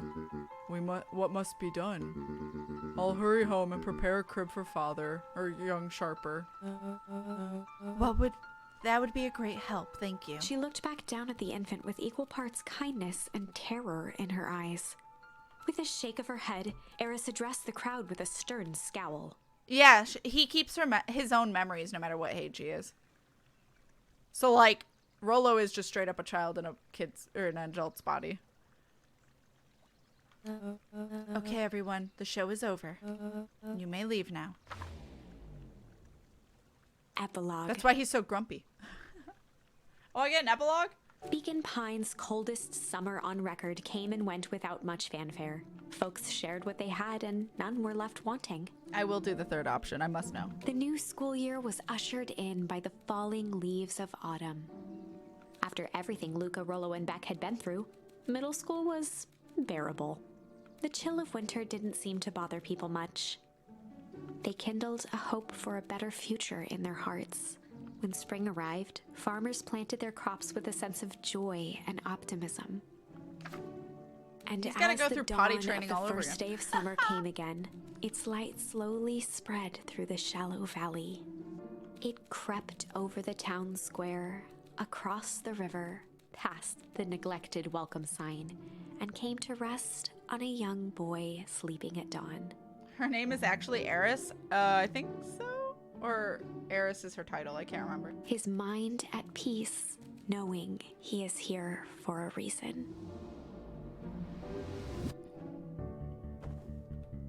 Oh my god, I changed. Oh wait, no. Every time I get excited, he changed clothes, but it's just the fact I'm in pajamas. Rolo, are you up yet? Roger that. It's a beautiful day in Mission Control. Are you gonna swing by? I'll be there in a minute. Okay. Are we still sharing a bed with Gran/Mom? Why won't... Over time, Eleanor began moving Walt's old things out of the closet and into storage. Oh. Eleanor had moved back into her bedroom. Oh, okay. And now that she wasn't sneaking out late, she even slept there most nights. Well, that's good. Did she get to be turned young though? Did we like at least fix what happened? Nope. Nope, we did not. What are these? Jam? Ah! Just trying to run. It's fine. Mom, I'm ready to go now. You go on without me. I'll meet you there. I've got a batch of jam to finish starring. It's funny. I only started making jam as a way to send messages without anyone noticing. But now I enjoy it. Aww. Bye, Mom. He just put a sweater on top. Does that mean he's been in his pajamas the whole time? I wouldn't put it past him.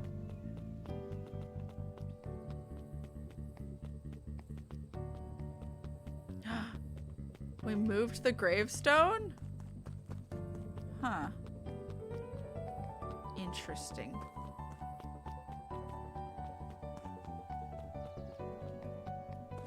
Oh, hi. I hear you and Rollo have big plans for that little treehouse. Yeah, it started getting crowded after we revoked the max capacity 1 Rollo 1 Luca rule. So we decided to expand. But at least we've got some help with that. How's the internship at Nellie and Ilona's shop going? It's been great. I'm hoping it helps me get into the School of Agriculture up at State. Also, Nellie said she'd write a letter of recommendation, which would be huge. I just can't help but worry about leaving Rollo. He's grown up so fast, but he's still my little brother. He physically has grown up. Yeah, he had a heck of a growth spurt. I don't just mean grown, literally. This morning he was up and finished his chores before I even had breakfast. Well, some of that might be his excitement about the treehouse renovations. Don't tell him this because it'll go in his head, but I'm really proud of that little punk. Aww. I'm sure he feels the same way, but he's too dang proud to tell you. I know. Aww. Cute! Oh, it's like actually physically there? Oh, he looks so happy! Hey Gus, how's the tree planting going? Couldn't be better. I'm so grateful Ilona and Nellie for letting me help. I just wasn't built to be a mayor. Too much bureaucracy. Gus, we finished up cleaning the sidewalks. What's next? When Perennial Harvest collapsed, most of the clipboards skipped town. But some stuck around and dedicated themselves to making things right. Anyone with a knack for art can help paint the new offices. You can count on us. Well, it looks like you really found your calling. I never really felt comfortable telling people what I do. Now, this right here, this is something I can be proud of. He's so happy! Oh, my freaking heart. He's just planting a fuck ton of trees, which, not sure the purpose of it, but okay. How's the napping this morning?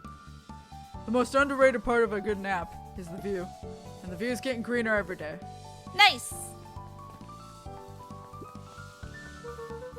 I see you decided on a name. Oh, I didn't even see it. They're in the way. Yep, we had to clear out all the old stuff before putting on a final touch. Slow and Dirty Harvest is now official. Slow and Dirty Harvest. Is my stripping name? I like it. It was actually Nellie's idea. There's still a lot of work to do, and the name serves as a reminder. Just because progress is important doesn't mean change should happen fast. In fact, I've learned that the more you care about something, the more important it is to take things slow. Our motto is go slow and fix things. Amen to that. Alright. Cute. Him being happy makes him very attractive, huh? Yeah?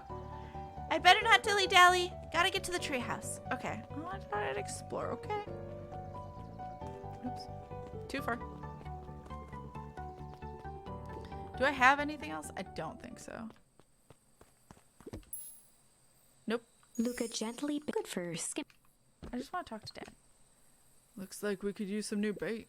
What do you say we head out and find some more? There's no more! I found it all! Okay, bye.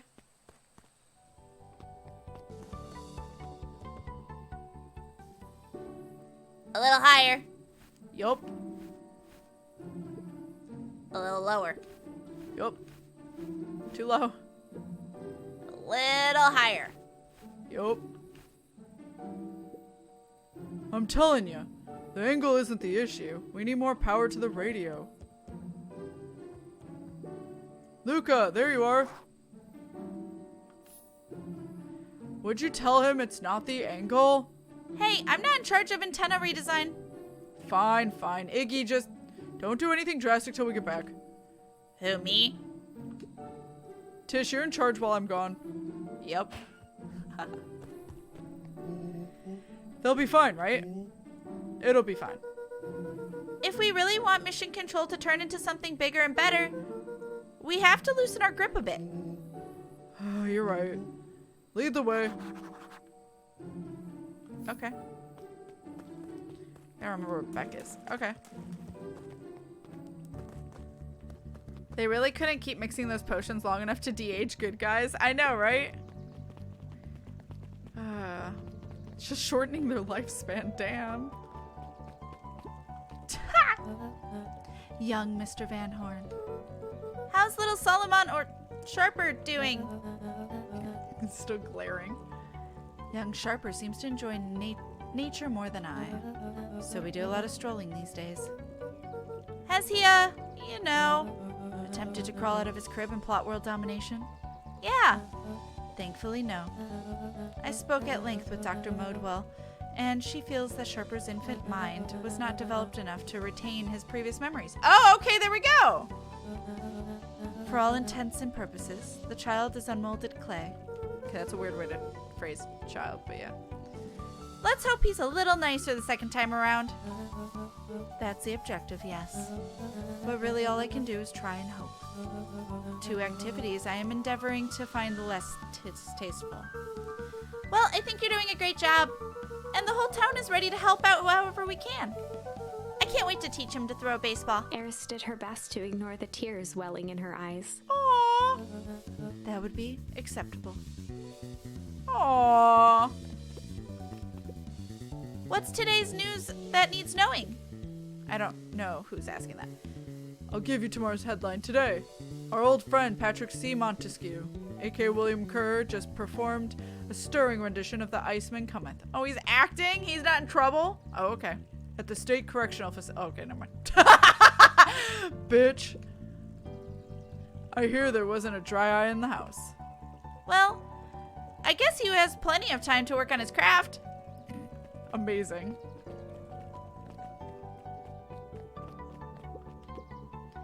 Yawn. I'm glad you swung by. More follow-up questions for your story? Nope, I got everything I need. Thanks again for that. I sent a draft of the story to the reporter in Capital City, and they offered me an internship.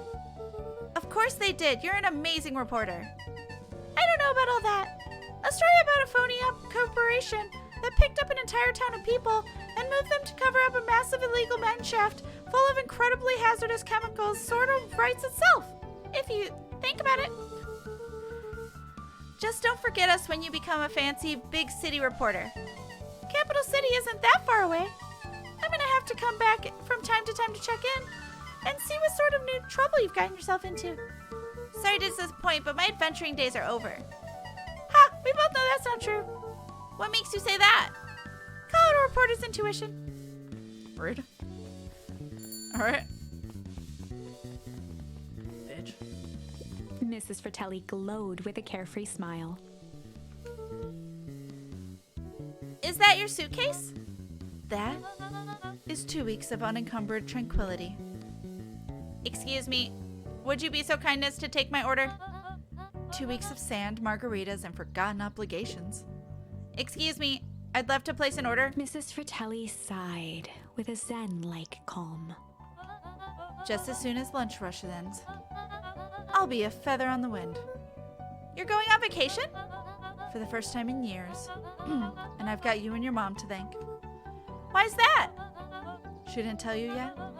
You two are gonna fill in for me at the diner while I'm gone. Just like old times. It's fine, I'll wait. Bitch, get fucked. Eris lost an asshole dad, gained a hopefully moldable son. Well, hopefully she's a good mom. Still weird to say, like, the child's still moldable. Okay. Maybe the secret was lost with Sharper. That's true. Well, no, because doesn't what's her name's mom know how to make it? Like, she literally knows how to make it. Small child. Wow, back for seconds? If it's not too much trouble. For the longest time, I didn't understand the appeal to ice cream. It serves no purpose, other than to be briefly enjoyed and then it's gone. But it's pretty tasty while it lasts. I'm inclined to agree. Hey Luca, can you tell Roxy I'll be free in an hour? Sure thing. My dad's making me stock the shelves for the summer. He said it builds character. I think he meant to say builds calluses. Builds character. Yeah, it builds something alright. Luca, can I interest you in a delicious apple? He playfully waggled an apple. No thanks, just saying hello. Well, hello then. Mind telling your mom we need a new creative jam? Already? It's funny, I used to hide this stuff in the back, terrified that someone would find out our secret messages. Now everyone wants to get their hands on Eleanor Van Horn's famous spy jam. Does she hide messages in all of them? Because that'd be hilarious. I'm hoping it explodes at one point, but I'm guessing not. She knows the aging version, not the de-aging. Oh, that's a good point, yeah. Well, no, because didn't she make him the vial? I could be wrong. I thought she perfected it so that way he could, oh no, so he could age. That's a good point. So the de-aging's a mistake? Luca, do you want a biscotti? On the house. I don't really have time. Zuriel, you gotta come and see this. I finally did it. I pulled the perfect espresso. Oh, Lumi. If I didn't know better, I'd think you were proud of something. As if. No. It's too late. You are now officially a person that cares. Yep. Spy jam made with real spies. Alright, so we've explored everywhere. What's this way? Oh, right, okay. Onward! Oh, wait! He looked to his friends with a thankful smile. After everything that could have gone wrong, everything that did go wrong, we made it. The end. Closing her eyes, Miss Hatch took a deep, relaxing breath. Aww. Rolo's in the way. Oh, hello, Luca. How are you? Really good, actually. That's wonderful. Did I miss anything? I think you're pretty much up to speed. Mood. Alright. This way. Oh my god, so many people! Over the school year, Kato and Bert had become close friends. But did you know that? When they covered up the source, they found a new species of fungus? Yep, and they are studying it in the new labs. Did you know that? Beacon Pines is now the smallest town in the country? Yep, close to the population before Perennial Harvest moved in. It typically went on like this for quite some time. Okay. I don't remember your voice. Can't believe it's over. Yeah, the town's really starting to turn a new leaf. The town? I was talking about Hank Atomic. I just finished the last issue. How was it? As great as always. Hank finally returned to Earth. But I just feel weird now. Weird can be cool. It just means you're ready for something new. Any suggestions? You could ask Miss Hatch about what she's reading. She seems to really enjoy it. Huh, maybe I'll do that. Meta. Where did Nat go? That's a great question. Luca peeked over Piper's shoulder. Laid stealthily inside a large volume of mathematics was the first issue of Hank Atomic. Piper, are you reading Hank Atomic? Do you mind not telling anyone? I've kind of got a reputation to uphold. Oh, it's nothing to be ashamed of. Just about every kid in town reads Hank Atomic. Honestly, I'm excited for you. What I'd give to start over fresh. To experience it again for the first time. I guess that's the downside to finishing something nice. At least now I can enjoy it again through you. Promise to tell me about it as you go? Sure thing. Okay. Nat's too precious to exist in one thing. I think Nat is just in that route. The route of us, of the kid being half turned old and stuff. That is so many bunnies. Hey, Mr. Nuncreed. I'm gonna go see my dad in a bit. Did you want to come with? Even after everything I did, you'd still... Mr. Nuncreed shook his head. You really are your father's son, aren't you? I don't think I'm ready for that yet. You're always invited. I bet he'd love to hear from you. I'll visit Walt in my own time. You run along now. That's sad. But it makes sense. Too many bunnies. With perennial harvest gone, the transportation tubes were left unused. Jeff's Wild Ride! Come one, come all. No one is too big, too small for Jeff's Wild Ride. Maybe not completely unused. Just one piece of candy for the ride of your life. Who's next? Me, me, me, me, me. Oh my god. There's more bunnies than there were at the festival. They really do multiply. Yep. Guess what? Yesterday I saw a Dynasty Tidius. That's good, right? It's great. I haven't spotted one of those in years. At this rate, Beacon Pines is gonna become the bug capital of the county. Country? County. I don't know. I missed it. Oh. Did we clean this up? Yes. Good. Good. Alright. Da, da, da, da. I just wanted to double check. Alright. This way? No. This way? I mean, I see it back, but okay. I have news I think you'll enjoy. This morning I unpacked my last box. You're officially moved in. It's just a box. Let's not blow this out of proportion. It sounds an awful lot like putting down roots. I guess I decided this place is root-worthy. You're gonna be stuck with me for a foreseeable future. I do have to warn you, most years aren't going to be as interesting as this one. I think I'll manage. Ready? Before we go, there's a bit of a surprise. Okay. Oh, little tree. Oh, red tree. Check in with Becca at her house. Aww. My mom's prepared this tree especially for you. They didn't have to do that. It wasn't just them. Just about the whole town pitched in. We all owe you. It should do okay in the cold of old Beacon Pines. And thrive as things warm up. That's perfect. Aww! My heart! This is fine. I'm not gonna cry. Do I have to go down a tube to get to it? My feels. Ah, you got it. Now that's a good looking tree. Being special occasion and whatnot. The ride's on the house. You're gonna want to hang on to the tight to that little tree. Yeet!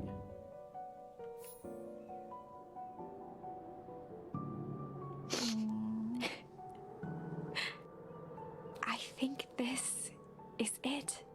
The end I've been waiting for. How dare you make Honestly, me cry? I began to lose hope of ever finding it. But then you came along.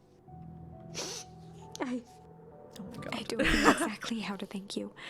It's hard to explain how much this means to me. It's funny, now that our time together is finally ending. I'm at a loss for words. Let's just watch the end together. Done. A good little tree. The best little tree. Thank you, children. This means a lot. Yeah, thanks for everything. Shucks. I only did what any super awesome best buddy would have done. We should probably give you some time alone now. You good? Yeah, I am. It's been a wild year. How are you feeling? Everyone keeps asking me that. I'm fine, really. Pa always says the only thing fitter than a fiddle is a cello. I feel like a dang cello. Cello? Well, if you ever stop feeling like a cello, I'm there for you. I know. You don't even have to say it. You two make an awesome pair. Excuse me? We're a trio now? Yep. Thanks. There's just one thing missing now, and that you're a part of our group. Missing? Let me tell you a little story about a man named Hank Atomic. Oh God. Tally, hold on. Okay. I won't be long. We'll be waiting for you back at the phone booth. I found my perfect way to start a summer. You've got some good friends. I'm so proud of you. Your father would be so proud. I know. Mom, can I ask you a question? Did you ever dream about Dad? Not at night. Not a night goes by that I don't. How dare you? Are you ever afraid you're going to forget him? Forget what he looked like. Forget his voice. No, because so much of him lives on in you.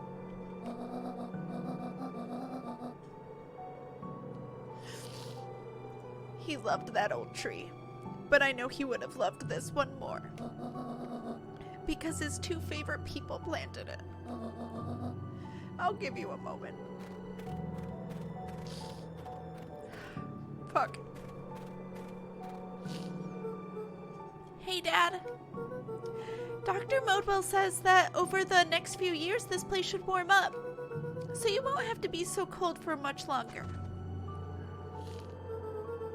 I think I finally understand why you left that night. There were things you believed in. Big things. Those beliefs were the things that made you you. If you wouldn't have stood up for what you believed in, you wouldn't have been the same person anymore.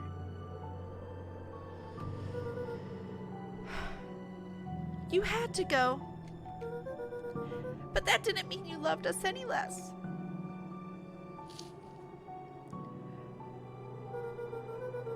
I might not visit you as much as I used to.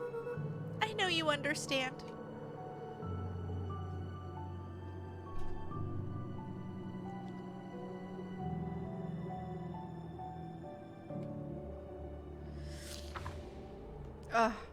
Oh dear, the feels. How fucking dare you pun at a time like this?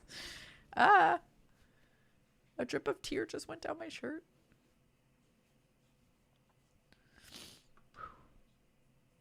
Close the book is the achievement I got. I had to press A to blow out the candle. Ah, my heart! That was the cutest fucking game I've played in a while. Holy shit. Remind me of a feeling I got eating patisserie. My deceased grandma made a lot back when I was a child. Oh, I ate it yesterday and teared up. Yeah, I get that. Oh my god. That was so good. I'm borrowing that phrase. Which one? This should be illegal. How dare you make me cry my own tears. Oh my god. Oh my god. I'm just trying to wipe my eyes. Calm down, camera. We only have one more choice left on the branch? Yeah, but I have a feeling it's gonna end very quickly, just like the ash did. The ash was a good moment. That was hilarious. I was shook. Only thing fitter than a fiddle is a cello. Yeah. That was super cute! My fucking heart, though! That was a really good game. God. That is very... I don't know, it's kind of its own thing. I don't even know if I'd compare it to anything else. I guess in terms of like visual novel and running around and the creepy balance versus the sad and emotional would be close to Night in the Woods.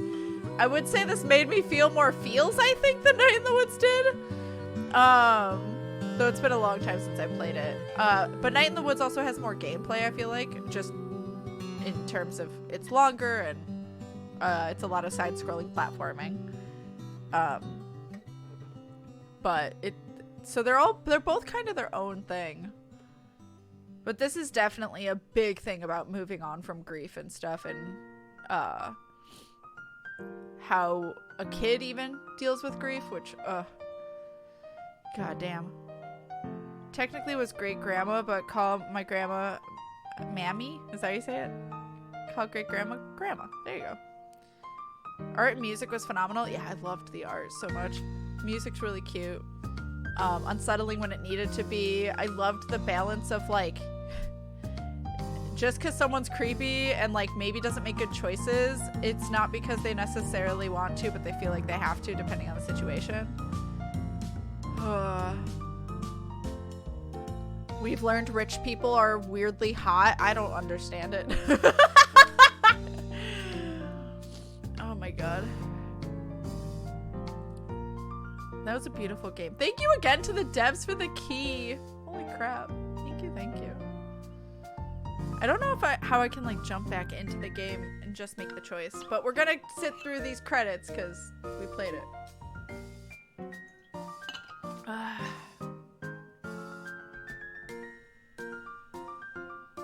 Cute. Ba, ba, ba, ba, ba. It's so cute. My freaking heart. I did not expect this game to make me cry as much as it fucking did, though. God damn it. My emotions are unreasonable. God damn. Cute baby, insufferable child, hot daddy, all in one person. I love the fact it's a grumpy child. Especially near the end, it got really ramped up in the tears, yeah. Oh, okay. Oh, I can't just, okay. Cool. We'll do malice and see what that means.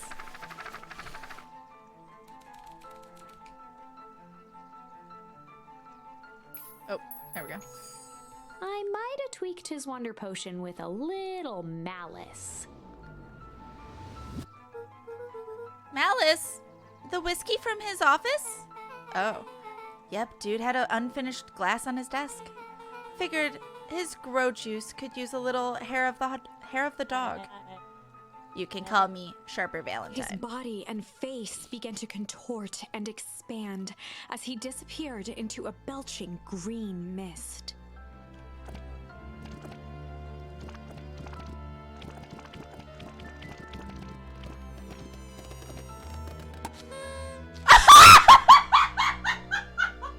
Worth it! Fucking worth it! No, that's what I call 80 proof whiskey. Damn, dude. I got Pop Goes the Weasel as an achievement. The crowd oh my God. gazed in stunned silence at the now empty stage. Worth it. Fucking worth it. The quiet was broken when William Kerr sprinted off stage and into the distance. He was never seen around Beacon Pines or anywhere else for that matter again. Festive Watching murder. the silhouette of Kerr disappear over the horizon, Luca began to Potty laugh. Papa! It was a Potty Papa! First, a low chuckle that became uncontrolled, heaving laughter. Through his tears, he was vaguely aware that the crowd had begun to laugh with him. The end. That was worth 80 poof. Oh, was it 80 poof? Unexpected. Perhaps a bit of an absurd ending for my taste, but who am I to say? I'm only writing the damn thing. Wow, damn. Passive aggressive much? Oh my God, that was worth it. I think that was all of them, chat. I think we did it. Yeah. We did all of the options. Yeah! Hell yeah, we did it. Oh, that was beautiful! That was a good note to end on, just, you know, for satisfying purposes. Murdering that bitch again. All right. Oh, we did it, chat. We fucking did it. Thank you guys so much for freaking keeping me company while we worked through the ending. That was worth it for me. I loved it. That was so cute.